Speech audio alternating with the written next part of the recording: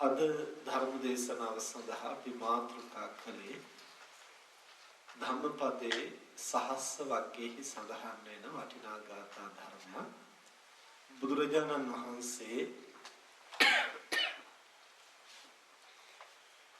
මේ ගාථාවෙන් අපි හැම කෙනෙකුගේම ජීවිත පිළිබඳව ආපසු හැරිලා ආවර්ජනා කරලා බලන්නට අපේ අවධානය යොමු කරමු.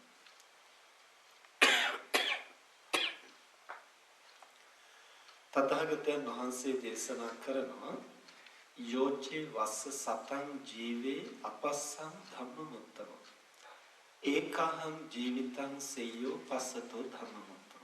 යම් කෙනෙක් මනුෂ්‍යාත්ම භාවයක් ලබලා අවුරුදු 100ක් වෙනි දීර්ඝ කාලයක් ජීවත් වෙන්නට වාසනාව ලබනවා නම් ඒක මොන තරම් වාසනාවක්ද කියලා කෙනෙකුට හිතෙන්න පුළුවන්. ඇත්තටම බුදුරජාණන් වහන්සේ දේශනා කරන එක වටිනා කාරණයක්. කෙනෙකුට මිනිසෙක් හැටියට ඉපදිලා දීර්ඝ කාලයක් ආයු වින්දනය කරන්න පුළුවන් නම් ඒක සසරේ කරන ලද කුසල විපාකයක්.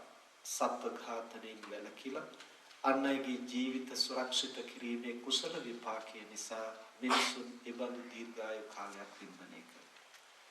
නමුත් බුදුරජාණන් වහන්සේ මේ ගාථාවේදී අවධාරණය කරනවා අපි මිනිස්සෙක් හැටියට ලබාගත් මේ ආත්ම භාවය තුළ ඒ සාංශාරික වශයෙන් ගෙනෙන කුසල කර්ම භුක්ති විඳින්මින් දීර්ඝ කාලයක් ආයු වින්දනය කිරීම කියන එක පමණක් මේ මනුෂ්‍ය ජීවිතයේ අර්ථවත් වෙන්නට ප්‍රධාන කාරණයක් වෙන්නේ නැහැ. ඒක ජීවිතයේ එක් කර්මයක් පමණයි. මනුෂ්‍ය කැටියට ලබාගත් ජීවිතය අර්ථවත් වෙන්නට නම් මේ ජීවිතය පිළිබඳව ලෝකයේ පිළිබඳව ධර්මතාවය දකිමින් ජීවත් වෙන්න.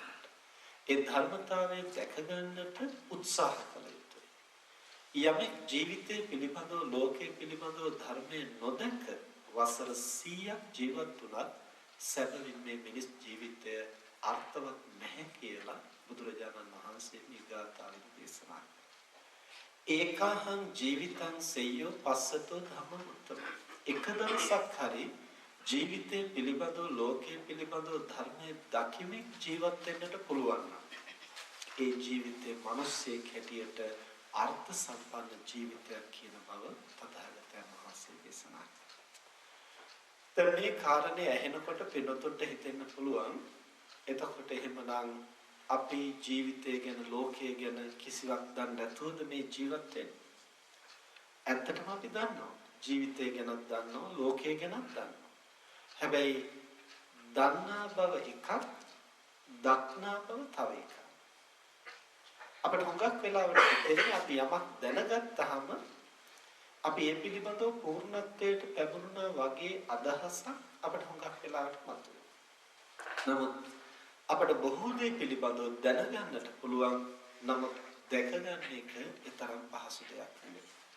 අපි සරල උදාහරණයක් අරගෙන බලුවොත් හුස්ම ගන්න එක උපන් දවසේ ඉඳලා කරන දේ. අපි මේ පිළිබඳව බොහෝ දේ දන්නවා. වෛද්‍යවරයෙක් වගේ වුණොත් අපටත් වඩා දන්නවා. ඒ නිසා තව කෙනෙකුට ඒ සම්බන්ධව ඇති වෙන රෝග පීඩා පවස්සුව කරන්නට වෛද්‍යවරයෙක් දක්ෂයි. නමුත් අපි ඒ තරම් දක්ෂ වෛද්‍යවරයෙකුට හරි කිව්වොත් විනාඩි 5ක් 10ක් ඒ හුස්ම දිහා බලන් ඉන්නට කියලා. අවධානය ඒක ටිකක් අමාරු වැඩක්. බොහෝ දේ හුස්ම ගැන දන්නවා. දැනගත්තට ඒක දකිනවා කියන එක ටිකක් පහසු නැහැ. ඒක හුරු පුරුදු කරපු කෙනෙකුට පහසු දෙයක් වෙන්න පුළුවන්. නොපුරුදු කෙනෙකුට ඒක පහසු වෙන්නේ නැහැ. අපි හිතමු සාමාන්‍ය පාසකම්ම කෙනෙකුටයි ඒ වගේ ආනාපාන සති භාවනාව කරලා පළපුරුදු නැති නමුත් වෛද්‍ය කර්මය ගැන ප්‍රවීණ වෛද්‍යවරයෙකුටයි අපි දෙන්නටම කියන විනාඩි 10ක් විතර හුස්ම රැල්ල දිහා බලාගෙන මොකද වෙන්නේ කියලා දකින්න උත්සාහ කරනවා. තොර භාවනා කරලා නැගිට්ටයින් පස්සේ අපි වෛද්‍යවරයාගෙන් අහුවොත් බොහෝ විස්තර කියයි.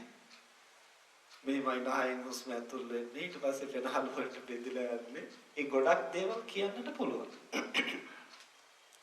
හැබැයි උපාසකම් මගෙන් අහුවොත් එච්චර දේවල් කියන්න තේරෙන්නේ නැහැ. නිකන් යන්තම් ඔය නහය හැපෙනවා වගේ, තොලේ හැපෙනවා වගේ යන්තම් දැනුණා කියලා කියයි.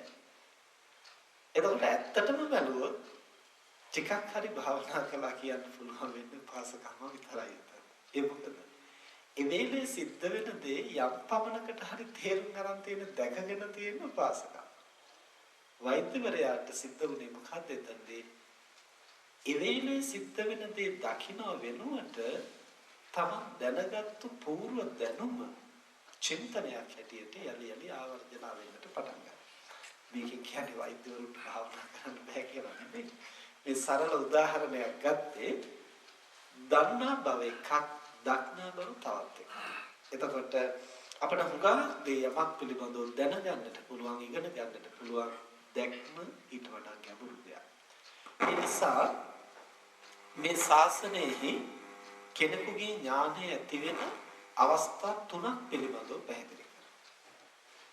පළවෙනි එක තමයි සුතමේ ඥානය. දෙවෙනි එක චින්තාමේ ඥානය. තුන්වෙනි එක භාවනාමේ ඥානය. සුතමේ ඥානය කියලා කියන්නේ අපි යමක් අහලා දැනගන්න. අද කාලේ හැටියට නම් පොතපත කියවලා අන්තර්ජාලයෙන් නොයෙක් ක්‍රම වලින් ඒ දැනුම ගන්නට පුළුවන්. කොහොම හරි අනිත්‍ය විසින් සොයා සපයාගත්තු යම්කිසි ඥාන සම්භාරයක් වාචිකව හරි ලිඛිතව හරි අපි වෙත ලැබෙනවා. ඒක තමයි සුතමේ ඥානය කියන්නේ.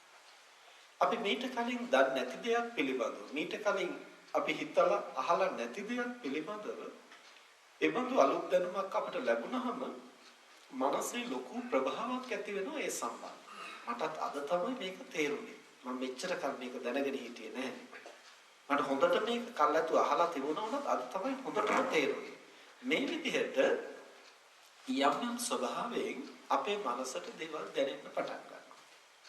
ඒ විදිහට අනුන් විසින් කියපු, අනුන් විසින් ලියපු දේවල් අහලා කියවලා අපේ මනසට ඇති වෙන අලුත් වැටහීම අපි හඳුන්වනවා සුතමේ ඥානයයි කියලා. ඒක සාමාන්‍ය ලෝකයේ හඳුන්වනවා උගත්කමයි කියලා. එතකොට බොහෝ විෂයන් පිළිබඳව, බොහෝ භාෂාවන් පිළිබඳව කරුණු දැනගෙන ඒවා මනසේ ධාරණය කරගෙන සුදුසු අවස්ථාවේදී භාවිතා කරනවා තමන්ගේ තරුණගේ යහපත සඳහා. ඒ දැනුමින් විසරදය අපි හඳුන්වනවා ගුරුවරු, ආචාර්යවරු, කතිකාචාර්යවරු, මහාචාර්යවරු ආදී විවිධ නම් වලින් අපි හඳුන්වන්නේ මේ සුතමේ ඥානයෙන් ප්‍රවීණත්වයට පත් වුණා. ඊළඟට දෙවැනි අවස්ථාව තමයි චින්තාමය ඥානය. ඒ කියන්නේ අර අහලා දැනුම එකතු කරලා ඒකෙන් වැඩ ගන්නවා විතරක් නෙමෙයි මේ දෙවැනි අවස්ථාවට එනකොට එහේ ගැඹුරින් මේ පිළිබඳව කල්පනා කරලා සිතා බලන්නට උත්සාහ. ඒ තමයි ඉගෙනගත්තු දේ මේ පැත්ත පෙරලලා කඩලා බිඳලා එකතු කරලා එහි මූලික સિદ્ધාන්ත මතු කරලා ඒවෙන් නැවුම් දේ නිර්මාණය කරලා මේ විවිධ දේ කරන්නට එය උත්සාහ කරනවා. සිතින් ඒවා විනිවිද දකින්නට එයයි යම්කිසි වෑයමක් ගන්නවා.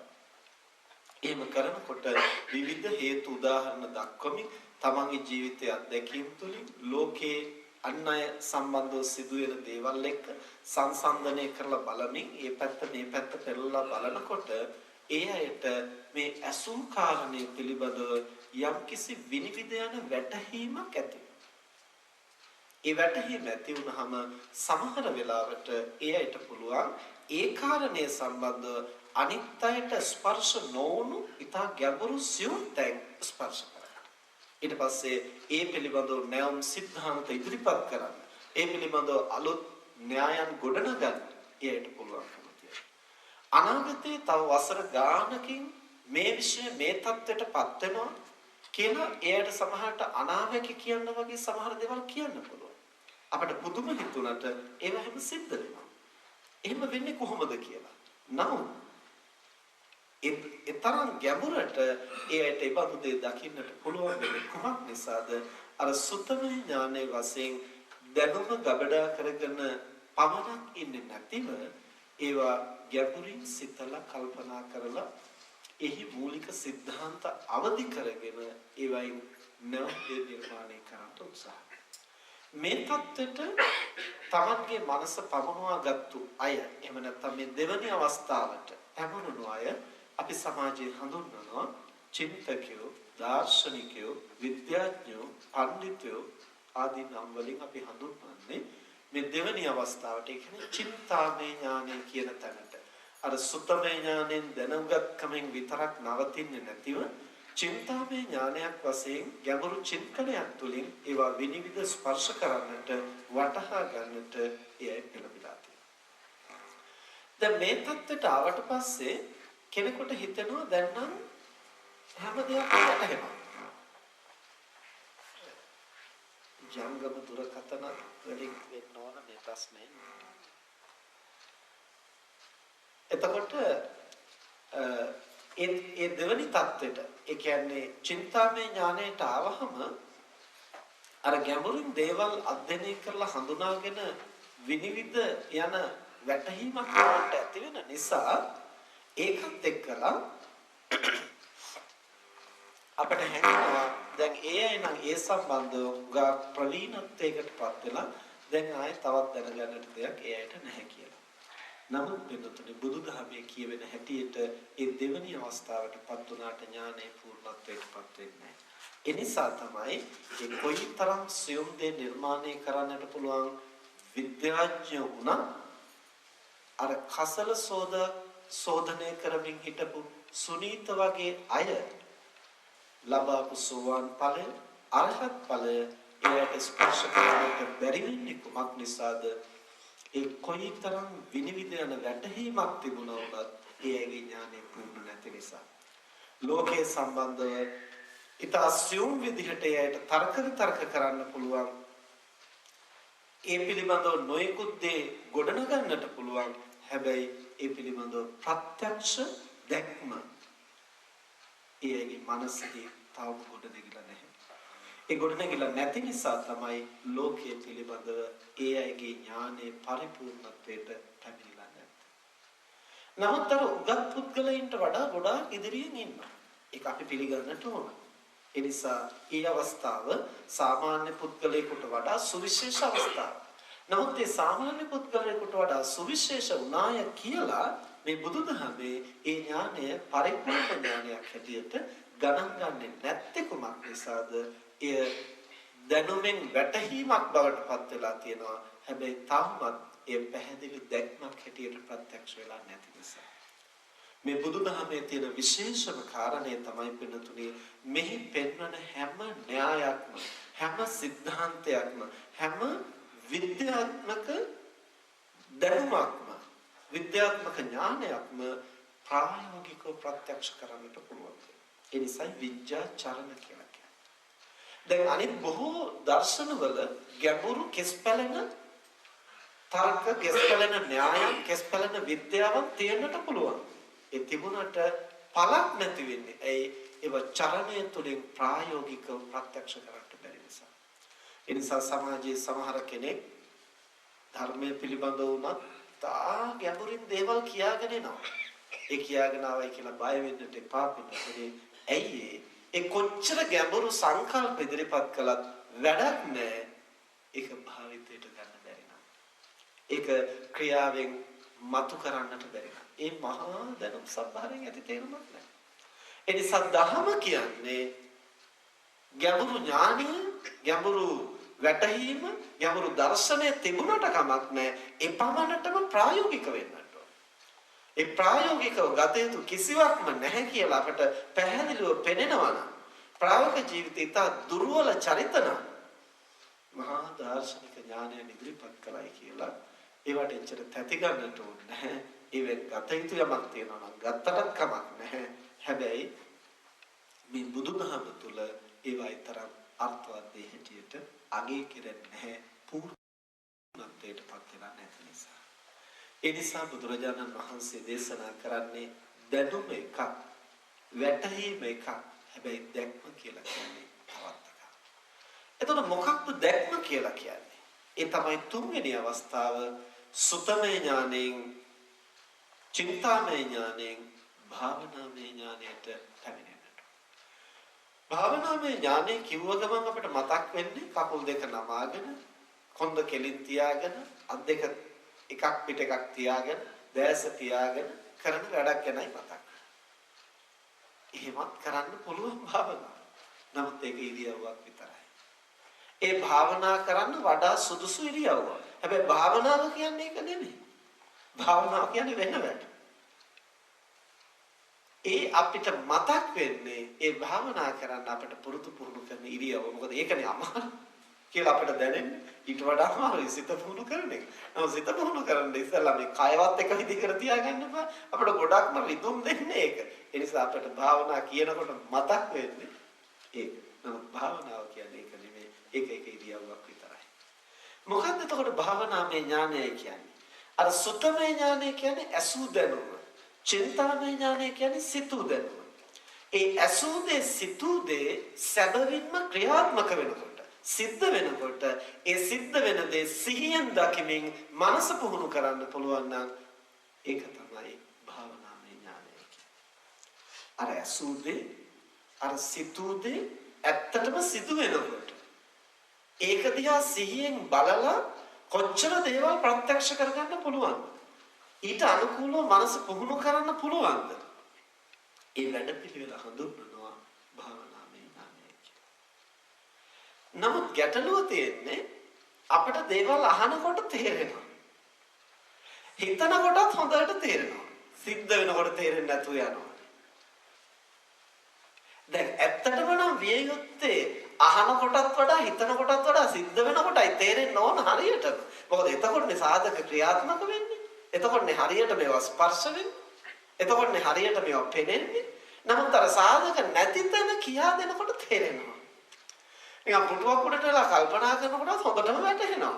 සිද්ධ වෙනකොට මොකුත් නිකන් එහෙම වෙන්නේ. දැන් අපි සරල උදාහරණයක් අරගෙන බලන්න. දැන් ඔන්න පාසලට ඇවිත් අපි බණක් අහනවා. බණක් අහනකොට හාමුදුරුවෝ අපි හිතමු දුක්ඛ සත්‍ය ගැන කියනවා. දුක්ඛ සත්‍ය ගැන පැහැදිලි කරන්නේ දේශනා කරනවා. දුක කියන්නේ මොකක්ද? ඉපදීම දුකයි, ලෙඩවීම දුකයි, මරණයටපත් වීම දුකයි, ප්‍රියයෙන් වෙන්වීම, අප්‍රියයන් සමග මුසු වීම, බලාපොරොත්තු කඩවීම දුකයි. දැන් මේවා හේතු උදාහරණ ඇතුව කතා සහිතව කියලා දෙනකොට අද නම් හාමුදුරුවෝ මුත්තටම දුක්ඛ සත්‍ය ගැන පැහැදිලි කළා. මට අද තමයි හොඳටම හිතට කාවැදුනේ මේ ජීවිතේ කොච්චර දුක් සහිතද කියලා. අනේ මටත් මේ ජීවිතේම මේ ධර්මය අවබෝධ කරගන්න ශක්තිය ලැබේවා. මේ ගෞතම බුද්ධ ශාසනයේදීම මටත් මේ ධර්ම අවබෝධ වේවා කියලා අදිෂ්ඨාන කරගෙන අපි නැගිටලා යනවා. ගෙදර ගියාට පස්සේ ඔන්න හදිසියෙ ලෙඩ වෙනවා. ඔන්න බලාපොරොත්තු වෙච්ච සරසම් කරගෙන හිටපු දේවල් ටිකක් වෙනස් වෙනවා. දැන් මෙහෙම එකක් දෙකක් වෙනකොට මොකද කියන්නේ? හාමුදුරනේ මේ දවස්වල හරියට කරදර, හරි ප්‍රශ්න. ඒ නිසා අපිට පන්සලට එන්න විදියකුත් නැහැ. බණක් අහන්න එන්න විදියකුත් නැහැ. භාවනාවක් කරන්න හරියට මේ දවස්වල අපි ධර්මයෙන්ුත් ඈත් වුණා. මොකද හරියට කරදර, ලෙඩ කෙලවරක් නැහැ, ප්‍රශ්න කෙලවරක් නැහැ. දැන් මේ මොනවද ප්‍රශ්න කියන්නේ? දැන් මේ මොනවද කරදර කියන්නේ? අර පන්සලේදී හපු බණ. ලෙඩවීම දුකයි කියලා පන්සලේදී අහනකොට හොඳ බණ. ඒක හොඳ ගැඹුරු දහමක්. දුක්ඛ සත්‍ය කියන්නේ පැහැදිලි කරන්නේ. ඒක මේ දහමේ තියෙන හදවත චතුරාර්ය සත්‍ය කියන්නේ. අනේ මටත් ඒක මේ ජීවිතේම අවබෝධ වේවා කියලා හිතාගෙන ගෙදර ගියාට අවබෝධ වෙන්න ළඟට එනකොට ප්‍රතික්ෂේප කරනවා. එතකොට අවබෝධ කරගන්න නැත්නම් එතකොට ඒක කරච්චලයක්. එතකොට ඒක ප්‍රශ්නයක්. ඒක නොවිය යුත්තක්. ඒක බරපතල අරුබුදයක්. එහෙම තමයි අපිට පේන්නේ. ඇයි? අපිට තාමත් හිතෙන්නේ මේ ධර්ම කියන්නේ වෙනම සුපිරි දෙයක්. ජීවිතය කියන්නේ මේ දුක් ගොඩක්. මේ දුක් විඳ මේවා කර කර ඉඳලා නම් ධර්ම දකින්න බෑ. මේවෙන් ඈත් වෙලා සුපිරි තැනට යන්න ඕන. ඒතර මොකද්ද මේ සුපිරි දේ? වෙනතුනේ බුදුරජාණන් වහන්සේ මේ ධර්ම කියලා දේශනා කළේ මේ ජීවිතය ගැන කතන්දරයම තමයි. ඔය ජීවිතේ සිද්ධ වෙන ජාත ටිකම තමයි ධර්ම කිව්වේ. ඒ සිද්ධ වෙන දේම තමයි දුක්ඛ සත්‍ය කිව්වේ. ඒ දුක්ඛ සත්‍ය මතුවෙන හේතු සාධකම තමයි සමුදය කිව්වේ. ඒක වටහා ගත්තොත් තමයි වෙනස් කරන්න පුළුවන්. ඒක වෙනස් කරන්න ක්‍රියාත්මක වුණොත් තමයි ඒ දුක් දුරු වෙන්නේ. අන්න එතකොට යන සුපිරිතකට යන්නේ. ඒ නිසා ධර්මයේ කොටස් දෙකක් තියෙනවා.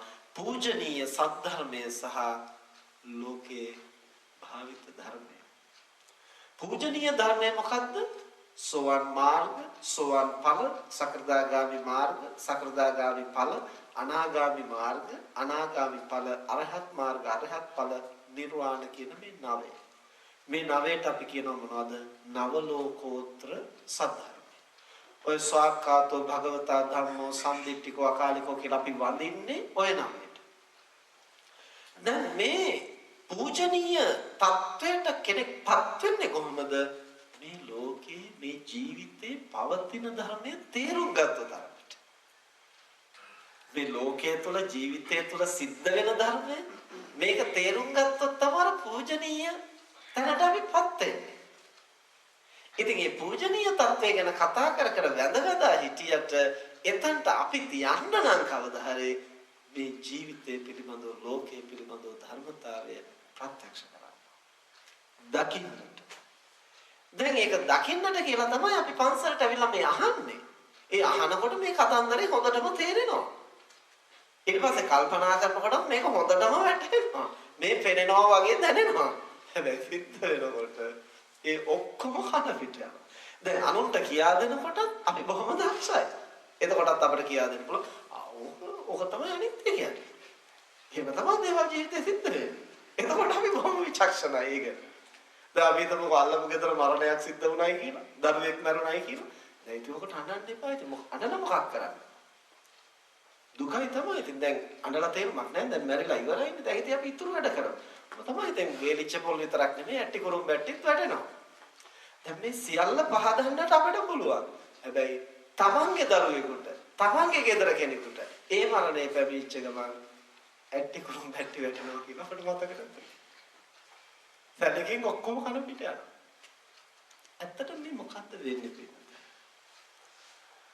අහනකොට හිතනකොට වඩා ඇත්තටම දේවල් අපිට හරියට තේරෙන්නට ඕන කරන්නේ සිද්ධ වෙනකොටනේ.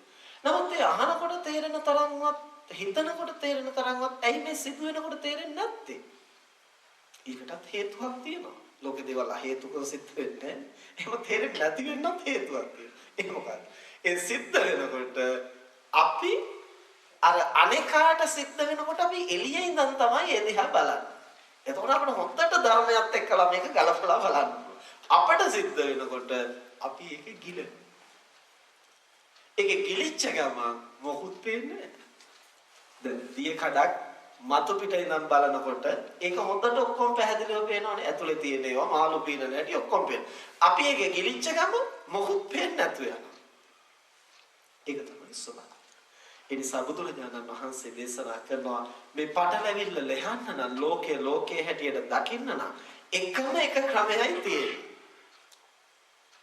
කෙටි ක්‍රමයක් කිව්වත්, දිග ක්‍රමයක් කිව්වත්, පහසු ක්‍රමයක් කිව්වත්, ලේසි ක්‍රමයක් කිව්වත්, මොන ක්‍රමයක් කියලා කිව්වත් එක ක්‍රමයයි තියෙන්නේ. ඒ මොකද්ද? සතිපට්ඨාන සිහිය පිහිටුවාගෙන. මොකද්ද සිහිය පිහිටවනවා කියන්නේ? අර අහපු දේ, හිතපු දේ සිද්ධ වෙනකොට ඒකේ ගිලිලා භුක්ති විඳින්න නැතුව එළියේ ඉඳලා බලන්නට පුහුණු වෙන්න. අර ගිලිලා භුක්ති විඳිනකොට අපට හැඟීම් මතුවෙන්නේ. ඇලීම් ගැටීම් තමයි මතුවෙන්නේ. ඒතර හැඟීම් ඇවිස්සලා හැඟීම් භුක්ති විඳිනවා විනා ඒ සිද්ධ වෙන්නේ මොකක්ද කියලා අපට නිනව නැහැ. ඒක දකින්න නම් අර අනේකාගේ ප්‍රශ්නය දිහා බැලුවා වගේ අපේ ප්‍රශ්නය දිහා එළියේ ඉඳන් බලන්න පුළුවන්. අපිට දැන් අවට සිද්ධ වෙනේව නම් ටිකක්වත් එහෙම බැලුවේ. අපේ සිත පිළිබඳව, අපේ කය පිළිබඳව, අපේ වේදනාවන් සම්බන්ධව එහෙම සිද්ධ වෙනකොට අපිට නොදැනුවත්වම අපි ඒකේ ගිලෙනවා. ගිලිච්ච ගමන් අපිට සියල්ලක්ම එහෙම නැතු වෙනවා. දැන් මේ தത്വයට එකම විසඳුම හැටියට බුදුරජාණන් වහන්සේ දේශනා කරන්නේ සතිපට්ඨානය. සතිය කියලා කියන්නේ මොකද්ද? එක් භාවනාචාර්යවරු විවිධාකාරයෙන් ඒක අර්ථකථනය කරන්න පුළුවන්. සරලවම තේරුම් ගන්නවා නම් යමක් සිදු වෙනකොට ඒකේ ගිලිලා ඒ අරමුණෙහි ගිලිලා භුක්ති විඳින්න නැතුව අපිට එළියේ ඉඳන් බලන්නා වගේ පූර්ණ අවධානයෙන් ඒ දිහා බලන්නට පුළුවන් නම් එතකොටයි අපිට යමක් හරියට වැටහෙන්නේ. මේක සාමාන්‍ය ජනවහරේ කියවෙනවා පෙරහැරේ යන මනුස්සයට පෙරහැර බලන්න බෑ. කාටද පෙරහැර බලන්න පුළුවන්? එළියේ ඉන්න මනුස්සය. එළියේ නම් බලන් හිටියොත් තමයි නටන හැටි හරි නට වෙන හැටි හරි වැටෙන හැටි හරි බොරු කරන හැටි හරි ඔක්කොම පේන. තමනුත් මේ මැදට පැනලා දඟලන්න ගත්තන් පස්සේ අර මොකුත් පේන්නේ නැහැ. තමාගේ දඟලින්න ගැට විතරයි අවධානය තියෙන්නේ. එතකොට තේරුම් යනවා. ඒ නිසා යමක් හරියට දකින්නට නම් ඒකේ ගිලෙන්නේ නැතිව ඒකේ කොටස්කරුවෙක් වෙන්නේ නැතුව එළියෙන් බලන්නට පුහුණු වෙන්න ඕනේ. මුලදී මේක අපහසුයි වගේ පෙනුනට ඇත්තටම අපි පුරුදු කළොත් මේක ක්‍රීඩාවක් වගේ අපිට කරගෙන යන්න පුළුවන්. පවත්වාගෙන යන්න. ඒ තරම්ම ආස්වාදජනක දෙයක් බවට පත් වෙනවා කලක් මේක පුරුදු කරනකොට. නමුත් මුලදී අපිට හිතෙන්නේ අනිත් ඒවා තේරෙනවා මට සිද්ධ වෙනකොට එහෙම තේරෙන්නේ නැහැනේ කියලා අපිට එක්තරා කලකිරීමක් දුකක් වේදනාවක් හීනමානයක් අපිට ඇති වෙනවා. නමුත් උත්සාහ කළොත් බැරි නැහැ. නමුත් දෛනික ජීවිතේ සාමාන්‍ය ලෝකයේ ගත්තන් පස්සේ ගිහි පැවිදි අපි කවුරුත් ඉන්නේ ඔය මුලින් පැහැදිලි කරපු තැන. හිතනකොට තේරෙනවා, කියනකොට තේරෙනවා, අහනකොටත් තේරෙනවා, ලියනකොට කියනකොට අපි බොහොම දක්ෂයි ගැන. නමුත් සිද්ධ වෙනකොට වටහා ගන්නට බැරි වුණොත් අර සියල්ලෙන් ඇති තේරුමක් නැහැ. හරියට අපි වෙදකමක් දන්නවා, බෙහෙතුත් දන්නවා, බෙහෙතුත් තියනවා, ලෙඩේ හැදිච්ච වෙලාවට බෙහෙත නැත්තම් හරි එකකින්වත් වැඩක් නැහැ. එකකින්වත් වැඩක් නැහැ.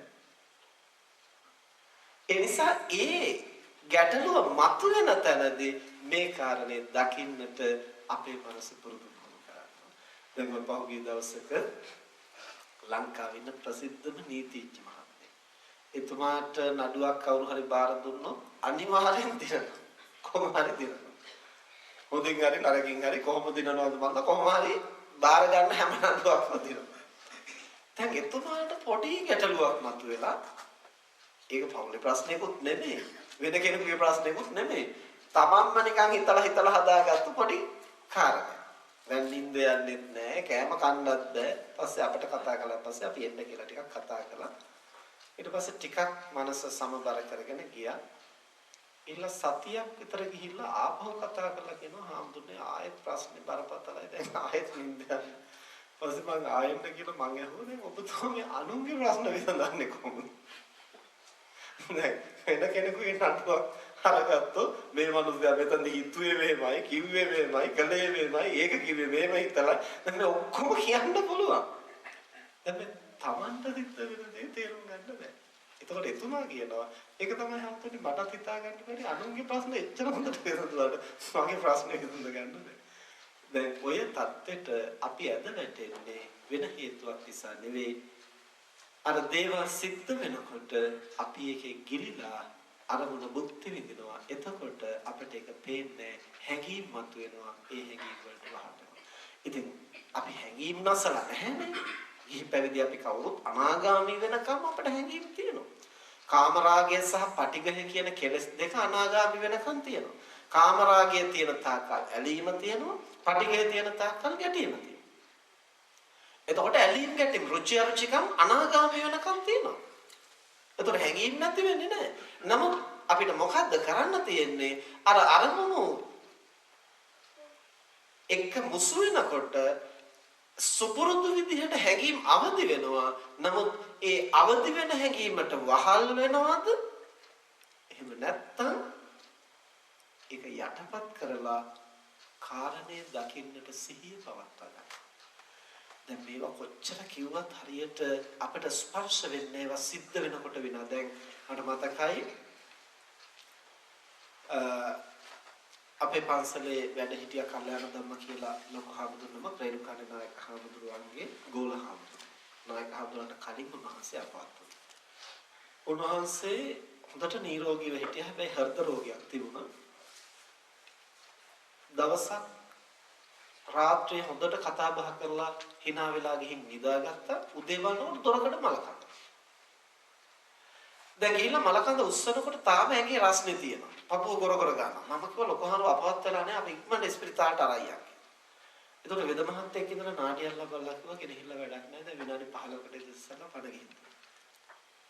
දැන් ඒ වෙනකොට මම පැවිදි වෙලා මම පැවිදි වුණේ අවුරුදු 14 දී. ඒ වෙනකොට මට අවුරුදු 23ක් හෝ 24ක් විතර. එතකොට පැවිදි වෙලා අවුරුදු 10ක් විතර. ඔය අවුරුදු 10ම මම මල ගෙවල් වල ගිහින් තියෙනවා. මරණය ගැන බණ කියලා තියෙනවා. එතකොට මරණය නිසා දුක ඇති වෙච්ච මිනිසුන්ගේ හිත සනසලා තියෙනවා. පාංශකූල පොළවල් වලට ගිහින් තියෙනවා. මලමිනී දැකලා තියෙනවා. මේ ඔක්කොම තියෙනවා. හැබැයි දැන් මේ සිද්ධිය සිද්ධ වෙච්ච දවසේ මගේ මනසට මොකද්ද අමුතුම කම්පනයක් දැනෙන්නේ. අපි කියන්නේ නිකන් අර කරකෝලත් හැරිය වගේ කියන. ඒ වගේ නිකන් මොකද්ද හිතා ගන්න බැරි ප්‍රශ්නයක් මගේ මනසේ තියෙනවා. මම එදා සෑහෙන වෙලාවක් ලොකු හාමුදුරුවන්ගේ මිනිය තැම්පත් කරලා තියෙන මිනි පෙට්ටිය ළඟට වෙලා වාඩි වෙලා මම කල්පනා කළේ මේ මොකද්ද සිද්ධ වෙන්නේ මගේ මනසට. දැන් මරණය ගැන මම දන්නේ නැති එකක් නෙමෙයි මේ. මමත් මැරෙන බව දන්නවා, ලොකු හාමුදුරුවොත් මැරෙන්න පුළුවන් කියලා දන්නවා. නමුත් මේ මොකද්ද මනසට සිද්ධ වෙන්නේ? පිටුතුනේ අපි හුඟක් වෙලාවට භාවනාව කියලා ලෝකෙ සිද්ධ වෙන දේවල් වල අනිත්‍ය බවයි, දුක් බවයි, අනාත්ම බවයි බෙද බෙදා බලනවා. හැබැයි ඒකත් එක්ක මනසට මොකද වෙන්නේ කියලා අපි සමහර වෙලාවට එච්චර හොයලා බලන්නේ නැහැ. එහෙම බැලුවේ නැත්නම් ලෝකෙ වෙන දේවල් ගැන අපි කොච්චර විචක්ෂණ වුණත් ඒකත් එක්ක මගේ මනසට මොකද වෙන්නේ කියන එක අපිට තේරෙන්නේ නැහැ. එදා මම හුඟක් වෙලා කල්පනා කළා ඇත්තටම මේ මනස විසින් ඇයිද මේක මේ තරම් ප්‍රතික්ෂේප කරන්නේ? ඇයිද මේ 아무තු කම්පනයක් දැනෙන්නේ? මේ නොදන්නා දෙයක්ද සිද්ධ වුනේ? නමුත් ඒක පිළිගන්න කැමති නැහැ. එහෙම කල්පනා කරනකොට තමයි අපටත් වැටහුනේ ඇත්තටම අපි හඬන්නේ දුක් වෙන්නේ කෙනෙක් මැරිච්ච නිසා නෙවෙයි කියන එක. අපිට එකවරක් බැලුවොත් නම් හිතෙන්නේ අනේ මැරිච්ච නිසා නෙමෙයි අඬන්නේ. එහෙම තමයි දැනෙන්නේ. මැරිච්ච නිසා අඬනවා නම් සමහර මරුණන් පස්සේ රතිඤ්ඤපත්තු කරන තුම්මා කන්දේ වල කිරිබත්තු යාගෙන කන්න. ඒක කොහොමද? කෙනෙකුගේ මරණය දුකක් නෑ. එතකොට එහෙනම් අපිට පේනවා සමහරුන්ගේ මරණය සතුට, සමහරුන්ගේ මරණය විතරයි දුක. ඒක කොහොමද? එහෙනම් මරණේ ප්‍රශ්නයක් වෙන්න බෑ. එතකොට යම් මිනිහෙක් මැරෙනවා නම් හොඳයි කියලා බලාගෙන හිටියොත් ඒ මිනිහා මැරෙන එක අපිට සතුටක්. යම් කෙනෙක් ජීවත් වෙන එක හොඳයි කියලා හිතාගෙන ඉන්නවා නම් ඒ මිනිහයාගේ මරණය අපිට දුක. එහෙනම් මරණය ගැටලුවක් නෙමෙයි, ඒ පිළිබඳව අපේ සංකල්පය. ඒ පිළිබඳව අපේ චින්තනය. එතකොට ප්‍රියමනාපව හිටියෙන් පස්සේ ඒ පුද්ගලයා මැරෙනවට අපි කැමති නෑ. ජීවත් වෙනවා නම් තමයි කැමති. ඒ නිසා බුදුහාමුදුරෝ දේශනා කරනවා පියෙහි විප්‍රයෝග දුක්. ඒ ප්‍රියයන්ගෙන් වෙන්වීමෙන් කටක බවක් දැනෙනවා. හැබැයි දැනෙන දෙයට වහල් වෙනවද? එහි පවතින ධර්මතාව වටහා ගන්නවා. වටහා ගන්න නම් අර අනිකකුගේ සිදුවීමක් දිහා බලන්න වගේ අපිට එළියට ඇවිල්ලා සිහි බුද්ධියෙන් ඒ දිහා බලන්නට පුළුවන්. එහෙම කල්පනා කරනකොට තමයි මට මතක් වුණේ පුංචිම කාලේ මගේ ජීවිතේ මම එහෙම දෙයක් කරලා තියෙනවා. මට එතකොට වයස අවුරුදු 3ක් විතරයි. අපේ ගමේ හිටියා ඥාතිත්වයෙන් අපිට කිරියම්මා වෙන්නේ. කිරියම්මා කියලා කිව්වට වැඩි වයසක් නෑ, අවුරුදු 30ක් 35ක් ඇති. ඒ අයට දරුවෝ හිටියේ නෑ. අපේ පවුලේ අපි 9 දෙනෙක්, මම බාලම. ඒ නිසා මාව තමයි එක්කන් ගිහිල්ලා හොරතල් කරන්නේ, කැමැති කණ්ඩ කැමැති જાති අරන් දෙන්නේ, අඳුන් අරන් දෙන්නේ. ඉතින් ඒ නිසා මගේ මනසෙත් ඒ අය කෙරෙහි ලොකු බැඳීමක් තිබුණා. අවුරුදු 30 35 වගේ කාලෙදී ඒ කාන්තාව පිය ගියා. පිළිකාවක් හැදුවා. තාම සත්පුරුෂ කාන්තාව. ගමේ හුඟා දෙනයි මල ගෙදර ගියා. අපේ ගෙදර අය ගියා. සියලු දෙනාම ಗುಣ කිය අඬනවා. දැන් ඇත්තටම මට දුකයි දැන්. දැන් මමත් අර මිනි පෙට්ටිය ළඟට වෙලා පිටියට එතන මමත් දැන් අඬනවා. ටිකක් වෙලා අඬා ඉන්නකොට මට හිතුණා මට අඬන්න නැතුව ඉන්න බැරිද කියලා. ඊට මම අඬන එක නැවැත්තුවා. එතකොට මට තේරුණා අඬන්න නැතුවත් ඉන්න පුළුවන් ඕනනම්. ඊට පස්සේ මට කල්පනා වුණා මට ඕනනම් hina වෙන්න බැරිද කියලා. ඊට පස්සේ මම පිටිය පැත්තට හැරිලා අත් දෙකේ මූණ වහගෙන hina වෙලා බැලුවා. ඕනනම් hina වෙන්න පුළුවන්. ඊට පස්සේ මම ආපහුදිකටම අඬන්න පටන් ගත්තා. එදා මම ඒක මොකට කළාද දන්නේ නැහැ. හැබැයි මට අද හිතෙනවා අපිට ඕනනම් අදත් එහෙම කරන්න පුළුවන්. ඕනනම් යමක් ගැන අඬන්න පුළුවන්. ඕනනම් ඒ කාරණේ ගැන hina වෙන්න පුළුවන්. ඕනනම් නිහඬ වෙන්න පුළුවන්. ඕනනම් එහි පවතින ධර්මතාවය දකින්න පුළුවන්. ඒවා සිද්ධ වෙන්නේ ලෝකෙ සිද්ධ වෙන දේවල් මත නෙවෙයි පිටුනේ. අපි ඒ කාරණේ දිහා දකින සිතන ආකාරයත් එක්ක. එතකොට ඒ දකින සිතන ආකාරය ලෝකෙ සිද්ධ වෙච්ච දෙයක් නෙමෙයි. ඒක අපි ගොඩනගා ගන්න දෙයක්. මේ අපේ මනසෙහි සිතුවිලි තියෙන දෙපැත්තකට. යහපත් අයහපත්. එකම කාරණේ සම්බන්ධව ඕනනම් මුලාව ඇති වෙන හැටියට හිතන්න පුළුවන්, ඕනනම් ප්‍රඥාව ආදී වෙන හැටියට හිතන්න පුළුවන් එකම කාරණේ සම්බන්ධ. ඕනනම් එකම සිද්ධිය සම්බන්ධව කෝපය ඇති කර ගන්න පුළුවන්, ඕනනම් සතුට ඇති කර ගන්න පුළුවන්. එකම කාරණේ. මේ විදිහට පින්නතුනේ අපිට එකම සිද්ධියක් ගත්තත් ඒ කාරණේ ගැන අපිට දෙපැත්තටම ඕනනම් කල්පනා කරන්න, සිතන්න, දකින්න පුළුවන්. අපි ගොඩනගා ගන්න ආකල්පයත් කෙනෙක් කරන වරදක් පිළිබඳව අපට ඕන හිනා වෙන්න පුළුවන්, අපට ඕන කුපිත වෙන්න පුළුවන්, අපට ඕන අනුකම්පා කරන්න පුළුවන්, අපට ඕන කාරුණික වෙන්න පුළුවන්. කීයක් જાති කරන්න පුළුවන් එක දෙයක් දිහා බලන එක සිද්ධියක්. එතකොට මේවා අපට දැනෙන්න පටන් ගන්නෙ ඇත්තටම අර දේවල් සිද්ධ වෙනකොට අපේ මනස දිහා බලන්නට පුළුවන්. ඒ නිසා අපි ටික ටික පුහුණු වෙන්න ඕනේ, උත්සාහ කරන්න ඕනේ. අපි කොච්චර දේවල් දැනගෙන තිබුණත් ඒක තරම්ම වැදගත් වෙන්නේ නැහැ. ඒවා සිද්ධ වෙනකොට අපිට සිහිනුවණින් දකින්න බැරිනවා. දැන් ওই පහුගිය කාලේ ලංකාවේ හිටපු තරුණ ස්වාමීන් වහන්සේ නමක් සිවුරු වෙල්ලා ගියා. උන්වහන්සේ සිවුරු වෙල්ලා නිකන් නෙමෙයි ගෑනු ළමයෙක් එක්කලා විවාහ වෙලාම ගියා. හැබැයි ඉන්න කාලේ තාම හොඳට බල කිව්වා අභිධර්මයේ ගැන ගැඹුරින් ධර්ම කරුණු පැහැදිලි. දැන් මේ හාමුදුරු සිවුරු වෙල්ලා ගියාට පස්සේ එක එක්කෙනා දුරකථනයෙන් කතා කරලා අපෙන් අහනවා "ආවලාමුදුරු සිවුරු වෙල්ලා කියන්නේ ඇත්තද?" මම මටත් ආරංචි වෙච්ච හැටියට එහෙම තමයි සිවුරු වෙලා ගිහිල්ලා. විවාහත් වෙලා කියන්නේ ඇත්තද? ඔව් විවාහත් වෙලා කියලා තමයි අර. එතකොට හාමුදුරනේ අපි කොහොමද මේ ධර්මයේ පිළිගන්නේ? අපි කවුරු ගැනද විශ්වාසය තියන්නේ? දැන් මෙහෙම යනකොට අපි මොකක් ගැනද විශ්වාසය තියන්නේ? අපි කොහොමද ධර්මයේ ගැන විශ්වාස ගන්න? මේ තරම් හොඳට බණ කියපු දැන් උන්වහන්සේ සිවුරු වෙලා යන ඉස්සරින් දවසේ පිළිකුල් භාවනාව ගැන තමයි ධර්ම දේශනාව කරලා තියෙන්නේ. අසුභ භාවනාව. ඉතින් මෙහෙම වෙනකොට අපිට මොකද්ද පිහිට? අපි කොහොමද මේ ධර්මය ගැන පිළිගන්නේ? ඉතින් මම කිව්වා මට නම් ඒකමයි මේ ධර්මය ගැන පහදින්න තියෙන කාරණේ. ඇයි හාමුදුරුවෝ එහෙම කියන්නේ? ඉතින් මම හිතන්නේ පැහැදිලි කරලා දුන්නා බුදුහාමුදුරුවෝ දේශනා කරලා තියෙන්නේ ධම්මෝ හවේ රක්කති ධම්මචාරී. ධර්මයේ හැසිරෙන කෙනයි ධර්මයෙන් රැකෙන්නේ. බණ කියන කෙනා රැකෙනවා කියලා නෑනේ කොහෙද? කොහෙවත් බුදුහාමුදුරුවෝ දේශනා කරලා නෑ බණ කියන කෙනා ධර්මයෙන් රැකෙනවා. එහෙම බුද්ධ දේශනාවක් නෑ. සිවුරු දරාගෙන ඉන්න කෙනා ධර්මයෙන් රැකෙනවා. එහෙම නෑ. කෙස් කපලා ඉන්න අය ධර්මයෙන් රැකෙනවා. එහෙම මොකුත් දේශනාවක් නෑ. ඔළුවේ කෙස් තියනවද නැද්ද? කලිසමද ඇඳලා ඉන්නේ සිවුරද? පන්සලේද ඉන්නේ ගෙදරද? බණ කියනවද නැද්ද? ඒව මේ ධර්මයෙන් රැකෙන්නට කාරණා නෙමෙයි වෙනවා. යම් කාරණයක් පැමිණෙනකොට ඒ කාරණය දකිමින් එහිදී මනස පුහුණු කරන්න පුළුවන් නම් එතනදි රැකෙනවා. හැබැයි ගිය අවුරුද්දේ පුහුණු කරපු එකෙන් අද රැකෙන්නේ නැහැ. උන්වහන්සේ ඊට ඉස්සරලා බොහෝ අවස්ථාවල දැන් සමහරට ඉස්සරියෙන් දවසේ පිළිකුල් භාවනාව ගැන කියනකොටත් උන්වහන්සේගේ මනස හොඳට රැකගෙන තියෙන්නේ නැති. නමුත් පහුවද අවශ්‍ය මොහොත රැක ගන්න බැරි වුණා. ඉතින් බැරි වුණා නම් බැරි වුණා තමයි ඉතින්. ආයෙ මොකක් කරන්නද? පෙරේද රැකපු සීලෙන් අද රැකෙන්නේ නැහැ. ඊයේ පන්සල් රැක්කා කියලා අද අපිට කවුරු හරි හානියක් කරන්න එනකොට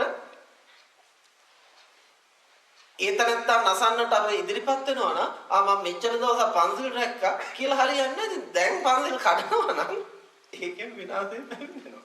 මම මෙච්චර කල් බොරු කිව්වේ නෑ. අද විතරමයි ඔය බොරුවක් කිව්වේ කියපු ගමන් අහු වුණා. ඉතින් කරන්න ඉතින් මෙච්චර කල් සත්‍යවාදී වීම හරියන්නේ නැති. අද බොරුව කිව්වා නම් අද ඒකෙන් විනාශ වෙනවා. ඒ නිසා පිටුතුනේ අපි තේරුම් ගන්න ඕනේ මේ පරණ රැකපුවෙන් අදට අපි රැකෙන්නේ ඒ මොහොතේ පැමිණෙන කාරණේ දකින්න අපිට පුහුණු කරන්න පුළුවන් නම් ඒකත් එක්ක යෙදෙන්න පුළුවන් නම් එහි හැසිරෙන්න පුළුවන් නම් ඒ පුද්ගලයා විතරමයි රැකෙන්නේ. ගිය අවුරුද්දේ බිහු බෙහෙත් වලින් අද හැදෙන රෝගයෙන් අපි රැකෙන්නේ නැහැ. ඒ ලෙඩ හැදෙන හැම මොහොතකම අපිට බෙහෙත් බොන්න වෙන්නේ. ඒ නිසා බුදුරජාණන් වහන්සේ දේශනා කරන මේ ධර්මයේ ඖෂධයක් හා සමානයි. එතකොට රෝග මතු නොවීම පවත්වා ගන්න පුළුවන් නම් තමයි හොඳ. නමුත් අපිට ඒක තේරෙන්නේ නැහැ. රෝග මතු වෙනවා. මතු වුණාමවත් අඩුතරමින්. රෝගේ මොකද්ද? මෙහෙමයි රෝගේ මතු උනේ. හේතුව මොකද්ද? ඒක වෙනස් කරන්නේ මෙහෙමයි. ඒකට කරන්න ඕන මේකයි. අන්නේ ටික හරියට තේරුම් අරගෙන පුහුණු කරන්න. එතකොට ඊයලි රෝග වැළඳෙන්නේ නැතුව රැකෙන්නට පුළුවන්.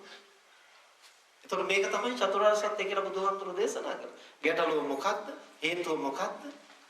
කොහොමද ඒක වෙනස් කරන්නේ? මොකක්ද ඒකට කරන්න ඕන?